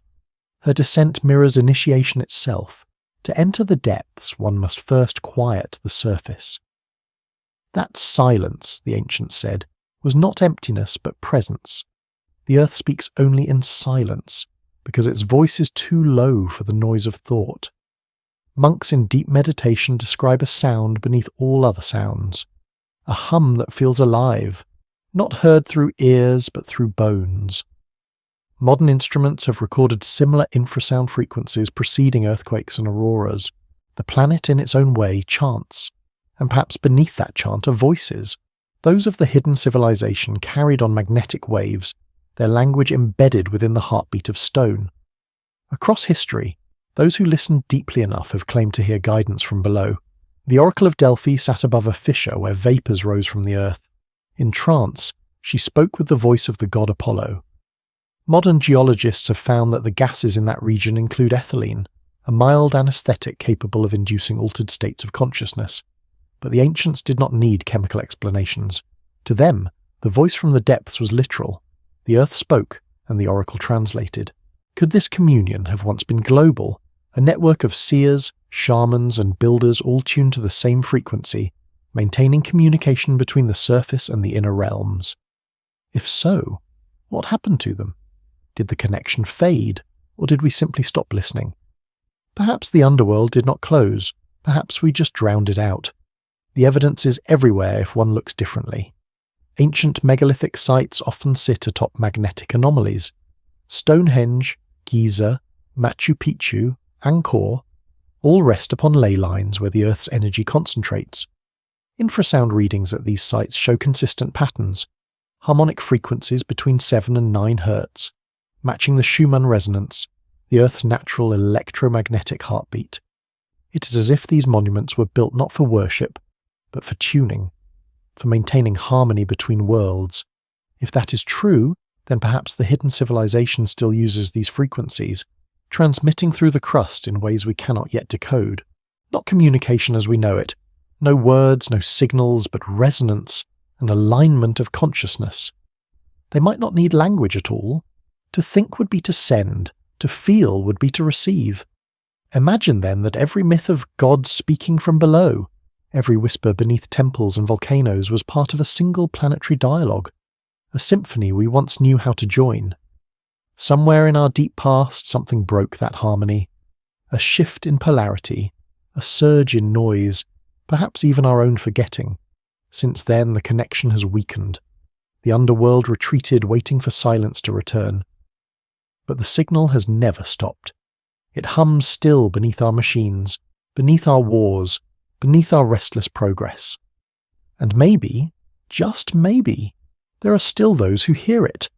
Scientists who notice impossible data, mystics who dream of luminous cities, wanderers who feel the ground vibrate like a heartbeat under their feet. Perhaps the line between them and us is thinner than we think. Perhaps we're already part of the same continuum, two expressions of one vast intelligence, the surface dreaming of the deep remembering the surface. And maybe the true underworld is not beneath our feet at all, but within the silence that connects us to the living earth. The gates were never locked, we simply forgot the song that opens them. The oldest myths tell us that when the world renews itself, the gates of the inner earth open. They open not in thunder but in stillness, when humanity has exhausted every echo of its own noise. The Hopi say it will happen when the stars return beneath the soil. The Tibetans call it the turning of the wheel, when Shambhala's radiance will again shine through the mountains. The Norse called it Ragnarok, not as an end but as a rotation, the rebalancing of worlds, when light and shadow trade places and the hidden becomes visible. If such cycles are real, they may not be mythic at all, but geological. Earth renews itself through cataclysm, floods, eruptions, reversals of polarity. Every few 100,000 years the planet's magnetic field flips, north becoming south. The record lies in the rocks, minerals aligned in opposite directions, fossil compasses frozen mid-spin. During these flips the magnetic shield weakens and strange phenomena occur. Auroras at the equator, atmospheric instability, bursts of radiation from the core.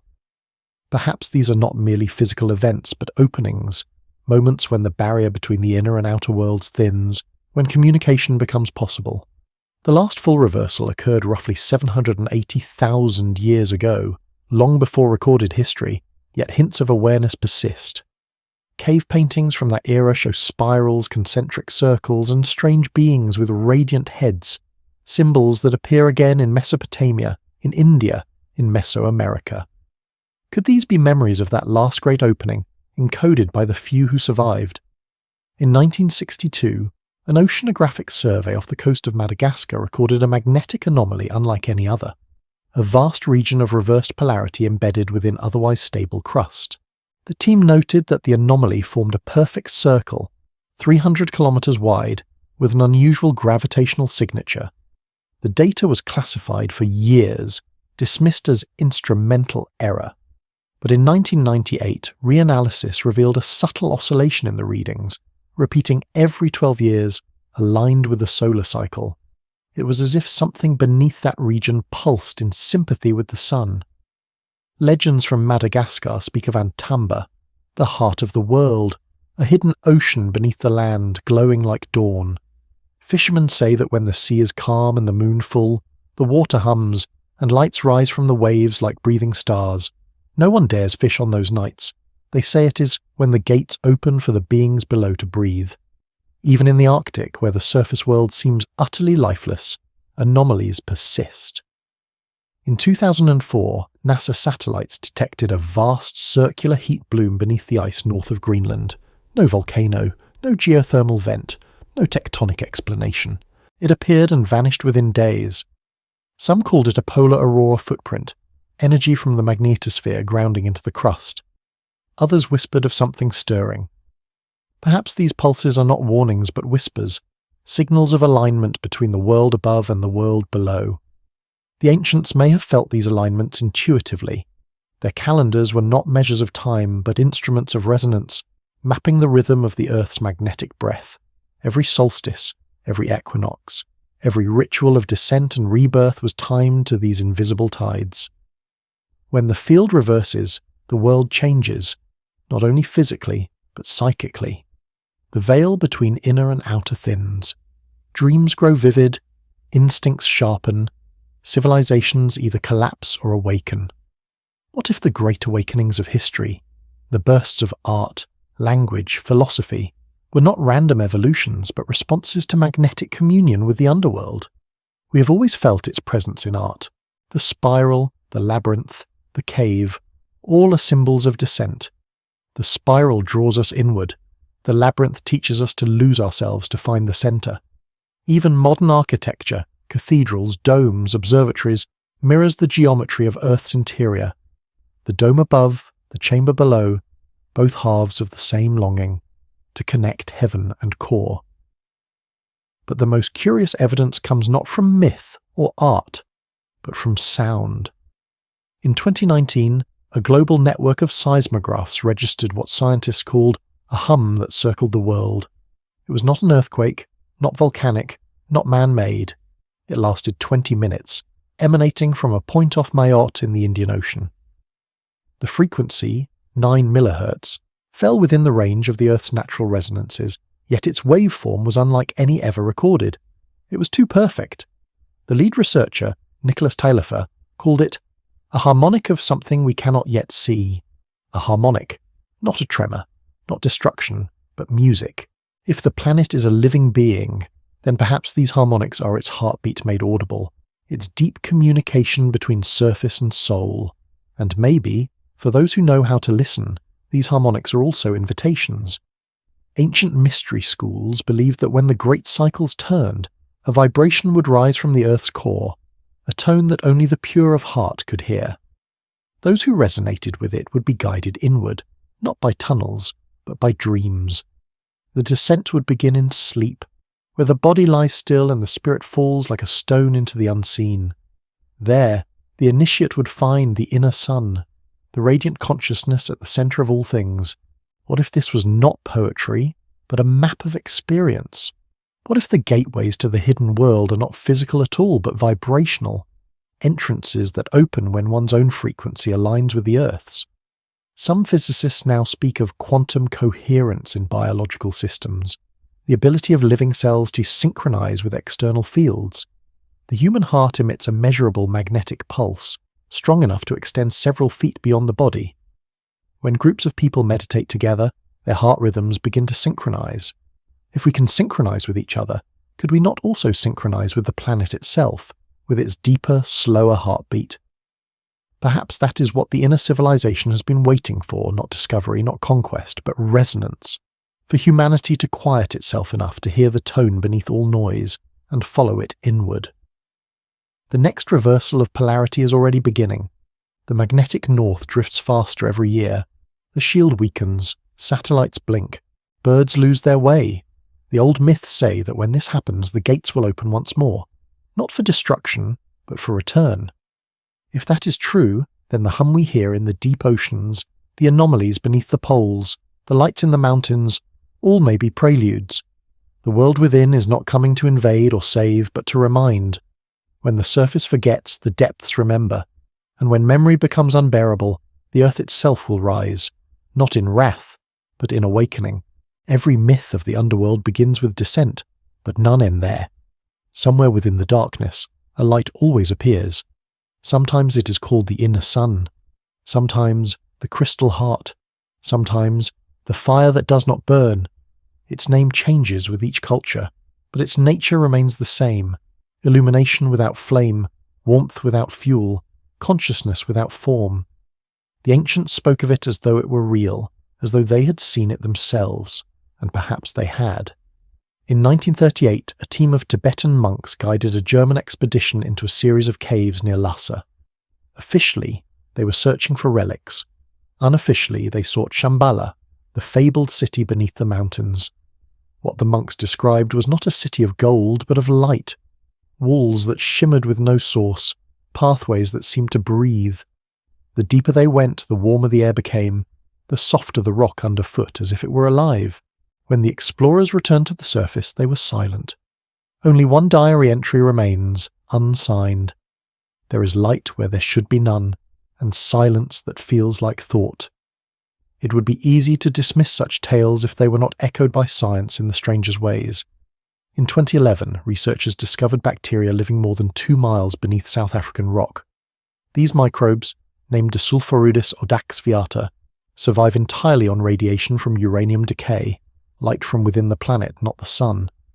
Their DNA shows signs of ancient isolation, as though they evolved separately from surface life for millions of years. Could there be higher forms of life that adapted in the same way, nourished not by sunlight, but by the radiant warmth of the Earth's heart? Ancient Sanskrit texts speak of Garbhodaka ocean, the waters of creation, surrounding an inner sun at the center of every world. The light there is described as cool fire, and the beings who dwell within it are said to see without eyes, hear without ears, speak without tongues. They communicate through the resonance of thought itself. Could this be the same bioluminescent radiance, magnified into consciousness, a literal field of awareness emanating from the core? Modern physics has begun to echo the mystics. The Earth's core is hotter than the surface of the sun, but its heat is not chaotic. It is stable, consistent, rhythmic, powered not only by residual formation energy, but by nuclear processes scientists still struggle to define. Deep within that molten heart, elements interact in ways that create self-sustaining currents. These currents generate the geomagnetic field, which in turn shapes every living thing upon the surface. The field pulses, shifts, reverses, like a breath. And what breathes must, in some sense, be alive. If the planet is conscious, its core may be more than physical. It may be the seat of awareness, the hidden sun of myth. And if awareness can manifest in energy, then perhaps civilizations can too. The people of light described in every ancient text might not be physical beings, but condensations of consciousness, intelligences embodied in magnetic or plasma form. The Mayans, the Sumerians, and the Hindus all spoke of beings born from fire, dwelling beneath the world, guiding humanity from the shadows. Perhaps these were not metaphors but encounters, moments when the barrier between frequencies weakened and two states of matter briefly intertwined. Even modern witnesses speak of luminous figures in deep places, miners in Chile who reported glowing shapes during collapses, divers in flooded caves who glimpsed pale forms moving beyond their lights. In 1989, during a geothermal survey in Iceland, workers lowered cameras into a borehole and recorded what they described as shifting luminescence, waves of light moving as though aware of the camera. The footage was confiscated by authorities and never released, but transcripts of the logs survive, containing one unnerving line. The light moved around us, not toward us, as though it were thinking. If the Earth's core radiates consciousness, then those who dwell near it, whether biological or energetic, might perceive reality differently. Time near massive energy flows can warp. To such beings, centuries might pass as moments, or moments as millennia. The surface world, with its noise and haste, might seem like flickering shadows. Perhaps that is why contact is so rare. For them, communication with us would be like speaking through water, distorted, heavy, slow. And yet every few thousand years something draws them upward. Floods recede, magnetic fields shift, silence returns, and the luminous ones rise again, bearing knowledge we mistake for revelation. They teach us the old harmony, the geometry of sound, the balance of energy, the sacred proportion. We build pyramids, temples, and ziggurats, thinking we have discovered something new when in truth we are remembering. But each time the pattern repeats. We rise, we forget, we destroy, and they retreat. Perhaps they do not judge us. Perhaps they understand that amnesia is part of the cycle. Each descent into ignorance gives birth to another awakening. The civilizations beneath may not intervene because they know the earth itself will reset when the imbalance grows too great. To them, extinction is not tragedy but renewal. There is evidence, subtle but persistent, that such cycles exist. Layers of soot and iridium mark repeated cataclysms, global fires, floods, ice ages, separated by spans of quiet. Life always returns, slightly changed, as though memory had been edited. Could the editors be the very intelligences who live below, custodians of evolution, resetting the rhythm when chaos overwhelms the melody? If this is so, then our myths are not fantasies but messages. The underworld is not beneath in space but beneath in vibration, the foundation upon which our awareness rests. When the Hopi say that the ant people will return, they are not speaking of alien saviors. They are reminding us that the earth itself is sentient, and that those who dwell closest to its heart have always watched over the fragile experiment we call civilization. We are perhaps the latest attempt, the newest surface expression of an ancient intelligence testing its own reflection. The inner world does not oppose the outer, it dreams through it.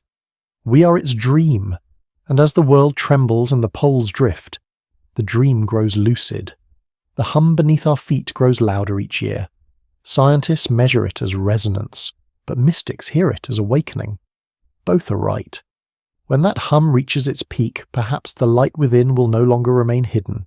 The earth will open its eyes from the inside out, and we will see ourselves for what we have always been. Luminous beings wearing dust, children of the inner sun. Somewhere beneath the stillness of continents, deeper than myth dares to go, there are rivers that never see the sun. They wind through chambers of luminous mist, through caverns so vast that distance itself seems to fold. The ancients said these waters were not made of ordinary matter, but of memory, currents of time flowing backward, carrying fragments of everything the surface world has forgotten. Perhaps they were right. Modern science has begun, cautiously, to glimpse their reality. In 2014, researchers at Northwestern University discovered evidence of a massive reservoir of water locked deep within the Earth's mantle, 3 times the volume of all the world's oceans. It does not flow as liquid, but as vapour trapped within a mineral called ringwoodite. Yet in the language of geology, even vapour moves. It hums. It resonates. It may be that the ancients felt this subterranean ocean and called it by another name, the abyssal sea, the Garbhodaka waters, the primordial deep. In those myths, it was said that light was born from those waters, and from that light came life. If light and life arose from the deep once, could they do so again? Some esoteric traditions claim that beneath this hidden ocean lies a mirror world, a reflection of the surface, inverted and luminous. The city of Shambhala, they say, rests upon that radiant sea. It is not a place in space, but in vibration, a living frequency that coexists with ours, invisible until the two resonate. Travellers in dreams and trances have described it the same way. A world of weightless air, where sound is light and thought is motion, where the ground itself glows faintly as if remembering the stars. To reach it, they say, one must not descend but attune. Perhaps this explains why the entrance to the underworld has always been within. In 1983, during deep mantle acoustic experiments, physicists recorded something they could not explain. A long, sustained tone beneath 20 hertz, rising and falling in slow rhythm. It echoed faintly through rock, repeating every 9 hours, always aligned with shifts in the planet's magnetic field. They named it the persistent oscillation. To ordinary ears it was silence, but amplified, it resembled a voice, slow, patient, almost deliberate. The Taoists believed that when the earth speaks, it does so not in words, but in balance. A tremor here, a silence there. When humanity lives out of rhythm with that balance, the planet vibrates in warning. They called it the voice of the dragon, and said that those who live below, the ancient keepers of silence, hear it clearly. According to legend, they are the custodians of this oscillation, the ones who regulate the frequency of the world to keep chaos from overwhelming order. Could such beings truly exist, not as creatures of flesh, but as fields of consciousness intertwined with magnetic energy? If matter and energy are one, and consciousness can influence energy, then perhaps life does not end at the surface. Perhaps intelligence pervades every layer of existence, from the crust to the core, shaping the rhythm we call time. The Vedic sages spoke of Nagaloka, the realm of the serpents, luminous intelligences coiled beneath the earth, each representing a different current of wisdom. Their coils, they said, keep the world stable. When they stir, earthquakes follow. When they rest, peace returns. Modern tectonics may explain earthquakes as mechanical, but perhaps both views are true, the physical and the mythic being two translations of one event. The movement of the plates could be the planetary equivalent of breath, the shifting of consciousness within the body of Earth. If so, then the legends of sleeping serpents might describe more than imagination. They might refer to energy currents, the magnetic arteries that pulse through rock and water. Ancient temples were often built atop these arteries, precisely where the planet's current rises. The Egyptians called such places the living lands. The Mayans called them nerves of the world. In modern terms, we call them ley lines. These lines form a network, and at their intersections lie the great monuments: Giza, Angkor, Stonehenge, Tiwanaku, Easter Island. Could these have been antennas of sorts, designed to resonate with the heartbeat of the world? And if so, who or what first taught humanity where to build them? Maybe the inner civilization was never meant to hide. Maybe it has always been guiding through geometry, leaving blueprints in the soil. The proportions of the Great Pyramid match the ratios of planetary orbit. The layout of Teotihuacan mirrors the solar system. These cannot be coincidences. They are signatures, echoes of minds that think not in words but in harmonies. Those minds might not need bodies as we understand them. The ancient Gnostics believed that deep within the earth lived the pneumatikoi, beings of pure awareness who could manifest form through will alone. They existed between states, neither material nor immaterial, maintaining balance between heaven and earth. The Essenes called them the Watchers, the Persians called them the Immortals, the Sumerians the Apkallu. Each name points to the same archetype, guardians who dwell in the deep, intervening only when the world forgets its own rhythm. Perhaps our age is one of those moments of forgetting. The noise of machines has drowned the tone of the planet. The magnetic field is weakening, the poles are shifting, and the Schumann resonance, the Earth's natural frequency, is subtly rising. Some say this increase in frequency affects human consciousness, heightening anxiety, disorientation, even spiritual awakening.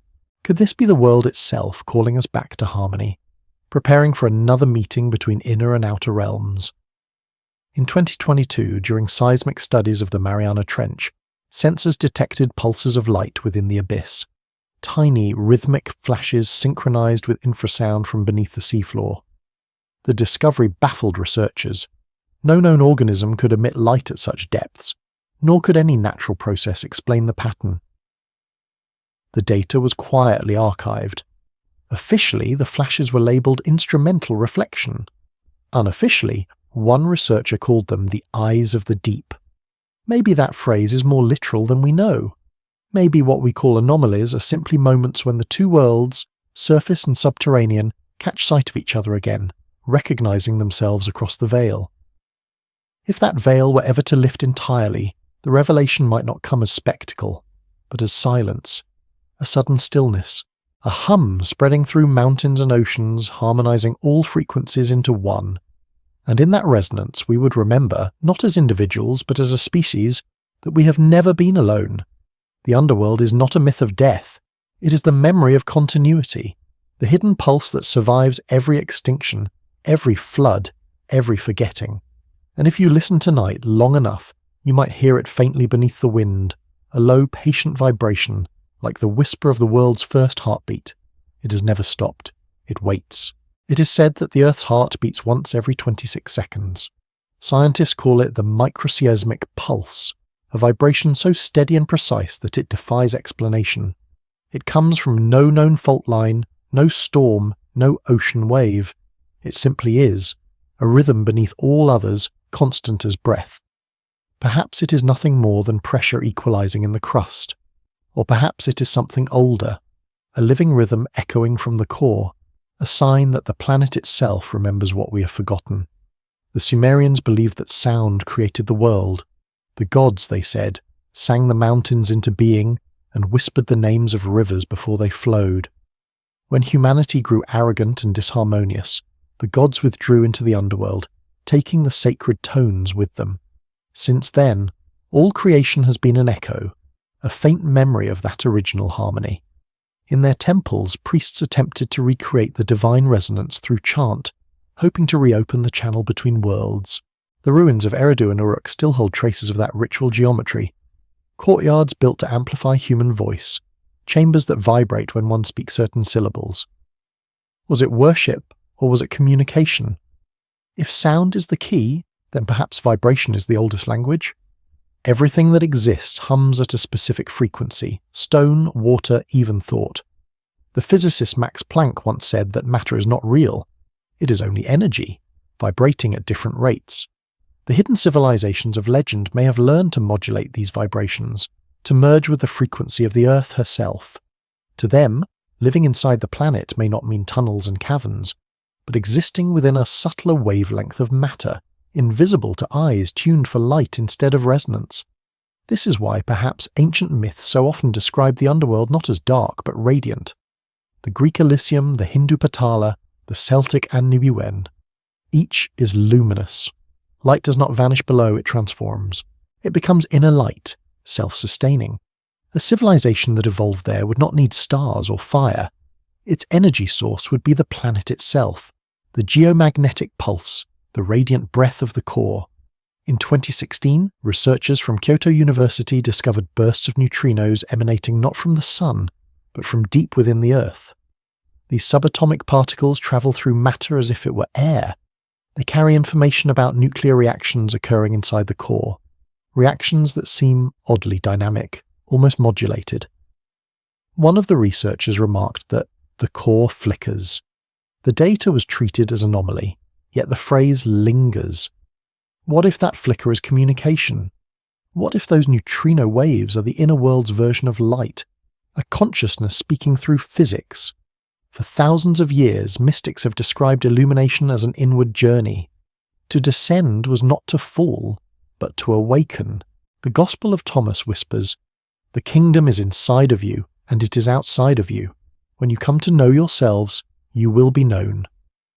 The descent to the underworld, then, may be the oldest allegory of self-discovery, to travel inward until one meets the Earth's own awareness. Perhaps the stories of gods emerging from below, Osiris, Quetzalcoatl, Viracocha, symbolize moments when individuals or entire cultures touched that deeper consciousness and returned changed. In 1957, during early nuclear testing in Nevada, seismographs recorded an unexpected anomaly. Seconds before each detonation, deep sensors registered a subtle, upward-moving vibration, like a warning pulse from within the planet. After the blast, a corresponding echo followed, faint but distinct. It was as though the Earth were answering. Scientists dismissed it as instrumentation error, yet the pattern repeated across multiple sites and years. The planet seemed to anticipate harm. Could it be that the consciousness below perceives more than we imagine? If the underworld exists, it may not be a separate realm, but the hidden half of our own psyche mirrored in matter. The ancients knew this. In alchemy, the symbol for transformation, the serpent swallowing its tail, represents the union of surface and depth, the reconciliation of opposites. The serpent lives in darkness, yet carries light within. To awaken that light is to restore balance between above and below. The Mayan Popol Vuh tells of twin heroes who descend into Shambhala to face the lords of the underworld.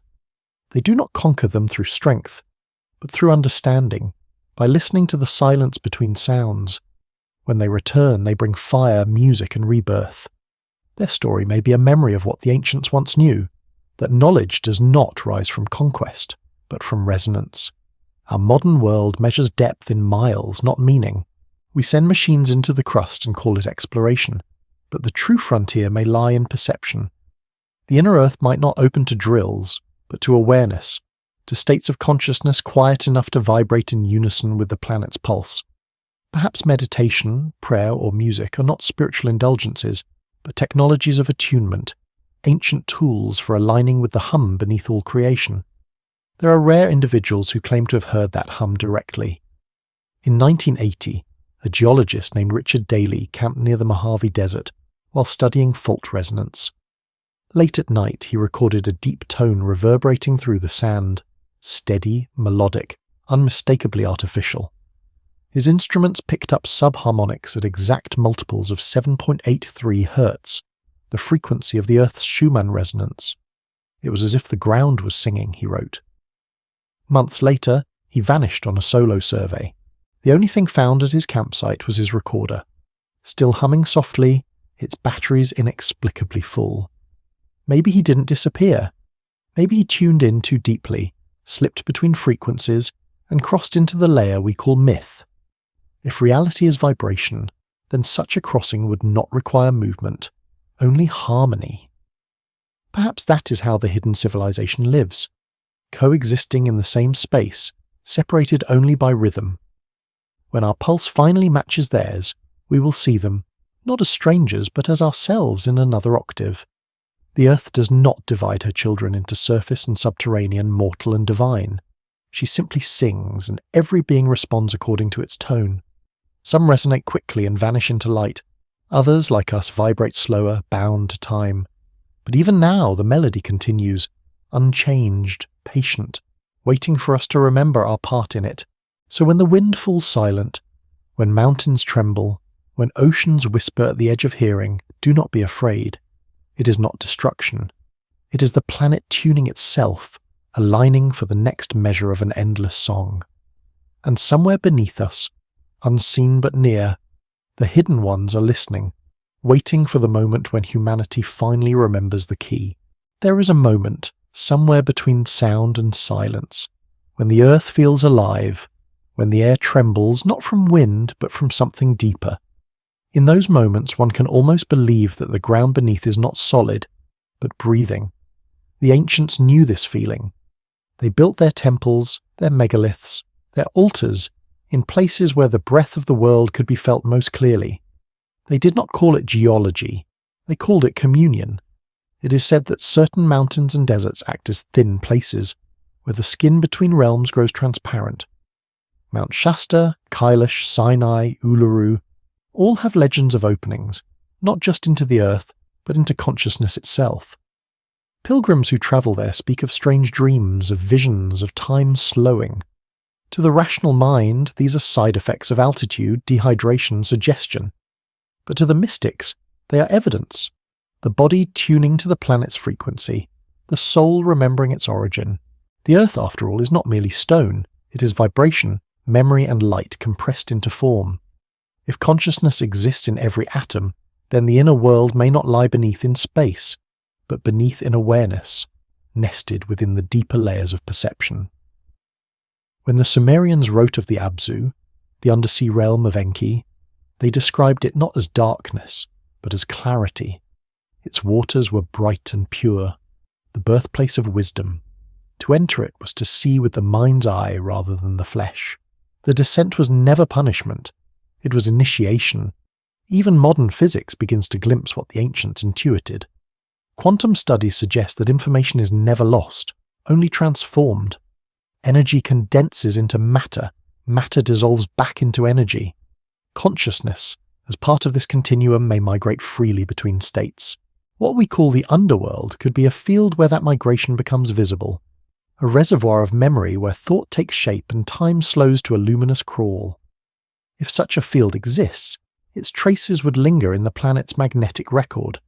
Indeed, anomalies in Earth's magnetosphere reveal strange repeating patterns, brief pulses of order amid chaos. They appear not randomly, but near sacred geographies: the Andes, the Himalayas, the Pacific Rim. When these pulses occur, auroras shimmer more brightly, animals migrate off course, and human behavior subtly shifts.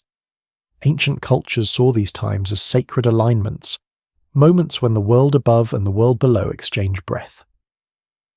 In 2021, a group of researchers analysing satellite magnetometer data discovered faint but recurring oscillations at roughly 12-hour intervals, synchronised to tidal movement yet slightly offset, as though responding to an internal clock.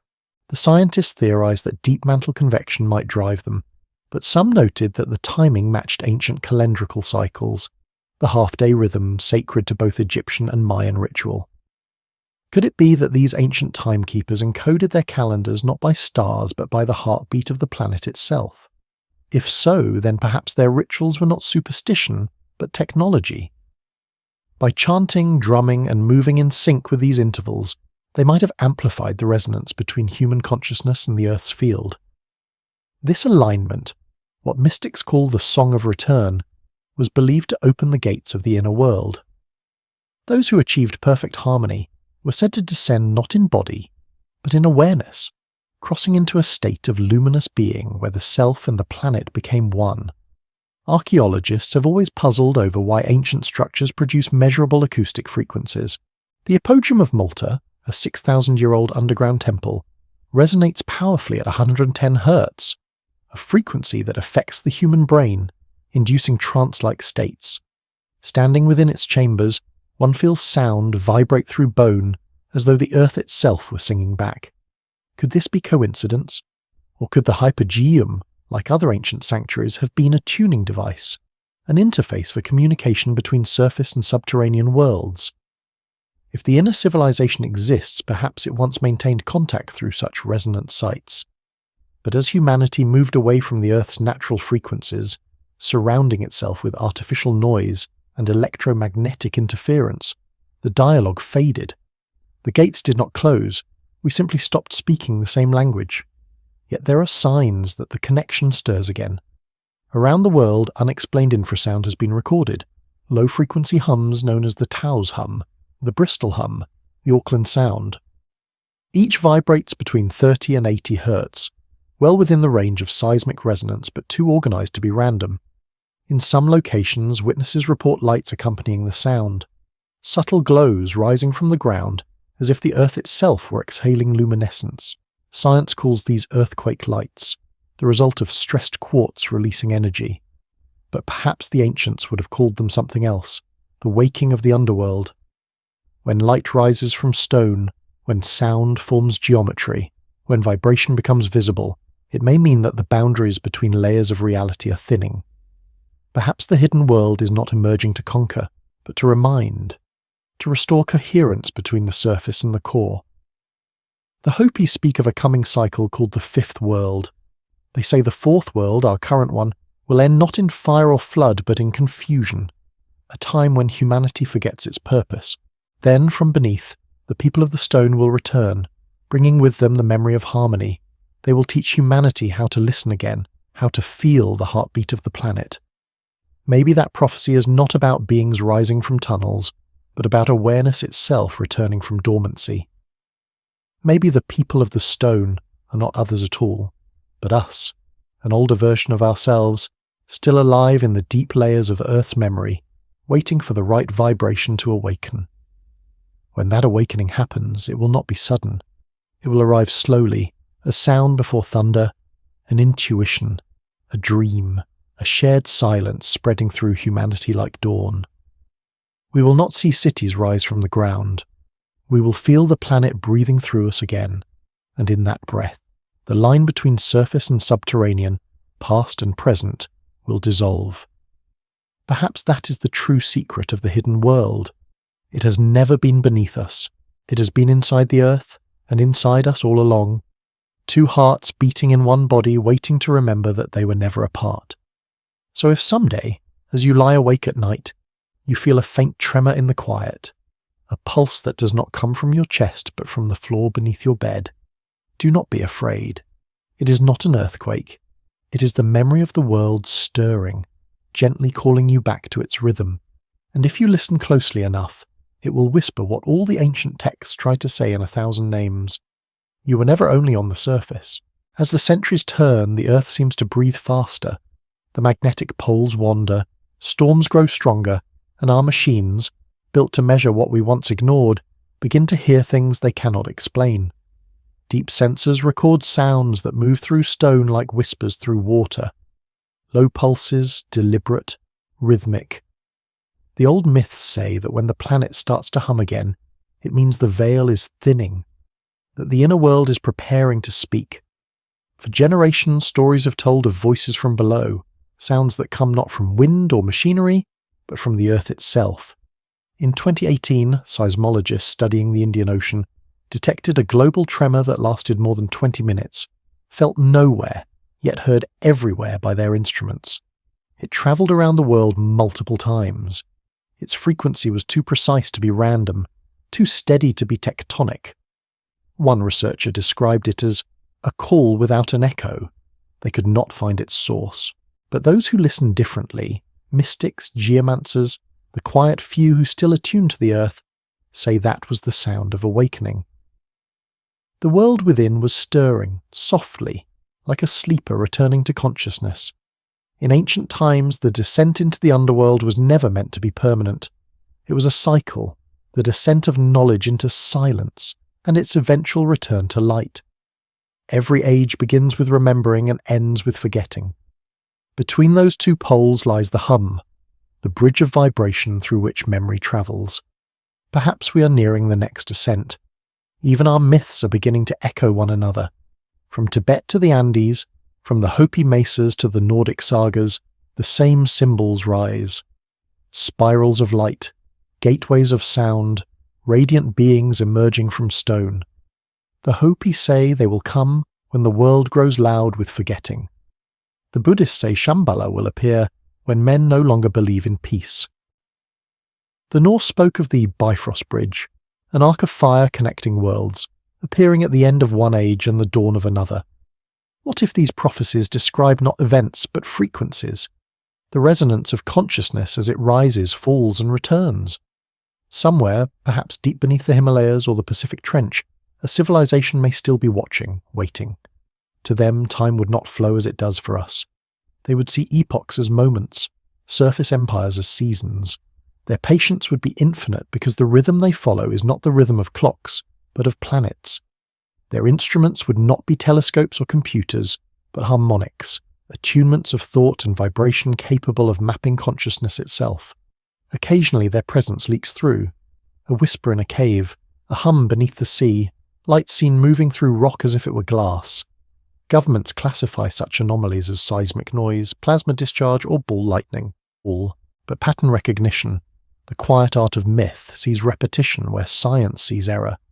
Perhaps they have been reaching out slowly, testing our readiness to listen again. If their world still exists, it would not be built of metal and machines, but of energy shaped by will. The philosopher René Descartes once speculated that thought might have substance, that consciousness could bend matter as gravity bends space. The hidden civilization may have mastered that law, constructing not with stone but with resonance, their architecture grown from sound. This would explain the legends of cities made of light, of walls that breathe, of halls that respond to song. Their technology would be indistinguishable from meditation, their power indistinguishable from prayer. Perhaps our ancestors once lived among them, before the flood, before the ice, before the long forgetting. Maybe the knowledge of resonance was not lost, only buried in ritual. The Gregorian chants, the mantras of Tibet, the drums of Africa, all share the same mathematical intervals, tones that mirror the Earth's frequency. Maybe all sacred music is the echo of an ancient conversation, a dialogue between surface and core, between the seen and the unseen. If the hidden ones still hear us, how must we sound to them now? Our world hums with mechanical discord, electric noise drowning the subtle harmonies of nature. Satellites fill the skies, and radio waves pierce every layer of air. Perhaps to those beneath, it feels like standing beneath a storm of static. They would wait for it to pass, as one waits for fire to burn itself out. They would wait until the planet grows quiet again. And yet, perhaps they are not indifferent. Perhaps they send us dreams, strange ideas that bloom in solitude, quantum entanglement, acoustic levitation, the awareness that all matter vibrates. Perhaps every great rediscovery of resonance is not invention but memory, the surface remembering what the deep once knew. In 2023, a paper circulated briefly before vanishing from public databases. It described a correlated frequency anomaly in the Schumann resonance, a harmonic that did not belong, one that appeared only for a single week. It was a clean singular tone at 33 Hz, modulated by a faint pulse every 26 seconds, the same period as the Earth's microseismic beat. The authors concluded it was interference, but interference with what? Maybe it was a message, a tuning note, waiting for response. If so, then the question is not whether we can hear it, but whether we can answer. For communication requires coherence, and coherence requires silence. The more we quiet the noise within and around, the clearer the hum becomes. The ancients sought that silence through caves, temples, meditation, ritual song. The noise of the surface kept them awake. The stillness below helped them dream. Perhaps the time has come to remember how to dream again. Not the restless sleep of distraction, but the deep dreaming of the planet itself, the kind that erases boundaries between self and world. For when humanity dreams in unison with the earth, the gates of the underworld open, not as holes in the ground, but as thresholds of understanding. The myths never said the hidden ones would rise as conquerors. They would return as memory, through art, through intuition, through a sudden sense of connection between all living things. We would know them not by sight, but by resonance, a feeling of profound recognition, like hearing a song we have always known but forgot how to hum. When that moment comes, we will not look down to find them. We will look inward and realize they were never gone. The underworld was never a place. It was a layer of awareness, and it is opening again. And perhaps that is why, even now, the earth trembles softly beneath our feet. Not from fear or pain, but from anticipation. The dream of unity, long buried in stone, is stirring, preparing to breathe again through us. Soon the hum will rise from the deep, and the world will remember its own voice. At the edge of all stories there is silence, not emptiness, but a pause, the moment before a new breath. Perhaps the earth too is taking such a breath now, holding still between cycles, between memory and awakening. For what began as myth, as whisper, as trembling beneath our feet, is beginning to sound like something else: recognition. If the legends are true, then the underworld was never meant to remain hidden forever. It was part of a larger rhythm, a slow inhalation of knowledge followed by an exhale of revelation. The descent and the ascent are one movement, two halves of the same pulse. Each civilization that rises on the surface does so carrying echoes from below, fragments of what the deep remembers. Then, when arrogance or amnesia break the balance, the silence returns, and the earth draws wisdom back into herself. The cycle turns again now. Technology listens to the hum of the planet, and for the first time in modern history, humanity has the instruments to record what shamans once only felt in bone. Our sensors capture the pulse every 26 seconds, the steady oscillations deep in the mantle, the flicker of heat in the core. We measure, yet we still do not understand. Perhaps because to understand something alive, one must also listen with reverence. In every myth of descent, the final lesson is not discovery. It is humility. Orpheus, Inanna, Odysseus, all descended seeking power or love, and all returned changed. They brought with them not treasure, but understanding, that the underworld is not punishment, but reflection. The world below mirrors the world above. What is buried in the earth is what humanity refuses to see within itself. If a hidden civilization truly breathes beneath us, it is not separate. It is the memory of our own potential. The beings of light, the watchers, the keepers of harmony, they are the forms consciousness takes when it remembers its connection to the whole. They do not need to reveal themselves. They only need us to remember. When we do, their presence will no longer feel alien but inevitable, like the warmth of sunlight filtered through stone. Perhaps that remembering has already begun. The new generation of scientists, those who listen as much as they measure, speak of a living Earth, an interconnected biosphere where consciousness might arise from complexity itself. Philosophers of mind begin to question whether the planet's magnetic field could act as a carrier of awareness, binding all life into a single, slow intelligence. Mystics have said as much for millennia. They called it Gaia, the sleeping goddess, the radiant serpent, the heart that dreams through matter. If we are part of that dreaming, then the underworld is not elsewhere. It is the planet's subconscious, vast and luminous, shaping reality from beneath. Every quake, every storm, every cycle of renewal is the movement of that dream. The beings within it, whether physical or energetic, are fragments of the same consciousness that moves through us. The question is not whether they exist, but whether we will remember that we are of them. Imagine that one day soon the hum grows louder. It begins with the oceans, then the forests, then the cities. Machines pick it up first, then animals, then people. The pulse synchronizes with human hearts. Sleep changes. Dreams align. A quiet recognition spreads. We are being called inward, not to retreat, but to remember. No cataclysm, no invasion, just coherence. Humanity's scattered frequencies folding back into the rhythm of the earth. That would be the true return of the inner civilization, not an emergence from tunnels, but a merging of awareness. The surface would finally hear the song of the depths, and every human mind would become a listening chamber, every heartbeat a small echo of the planet's tone. The old prophecies would be fulfilled not in spectacle, but in stillness. The forgotten harmony would rise again, not as myth, but as memory. And yet the mystery would remain, because the moment the whole becomes aware of itself, it must begin again. It must forget, divide, and rediscover. The dance between surface and core, between knowing and not knowing, is eternal. The hidden world will withdraw once more, as it always has, leaving behind traces, stone, song, story. Enough for the next age to follow the path inward. In this way, the earth keeps dreaming us into being. Each civilization is a breath, a heartbeat, a single note in the long song of the planet.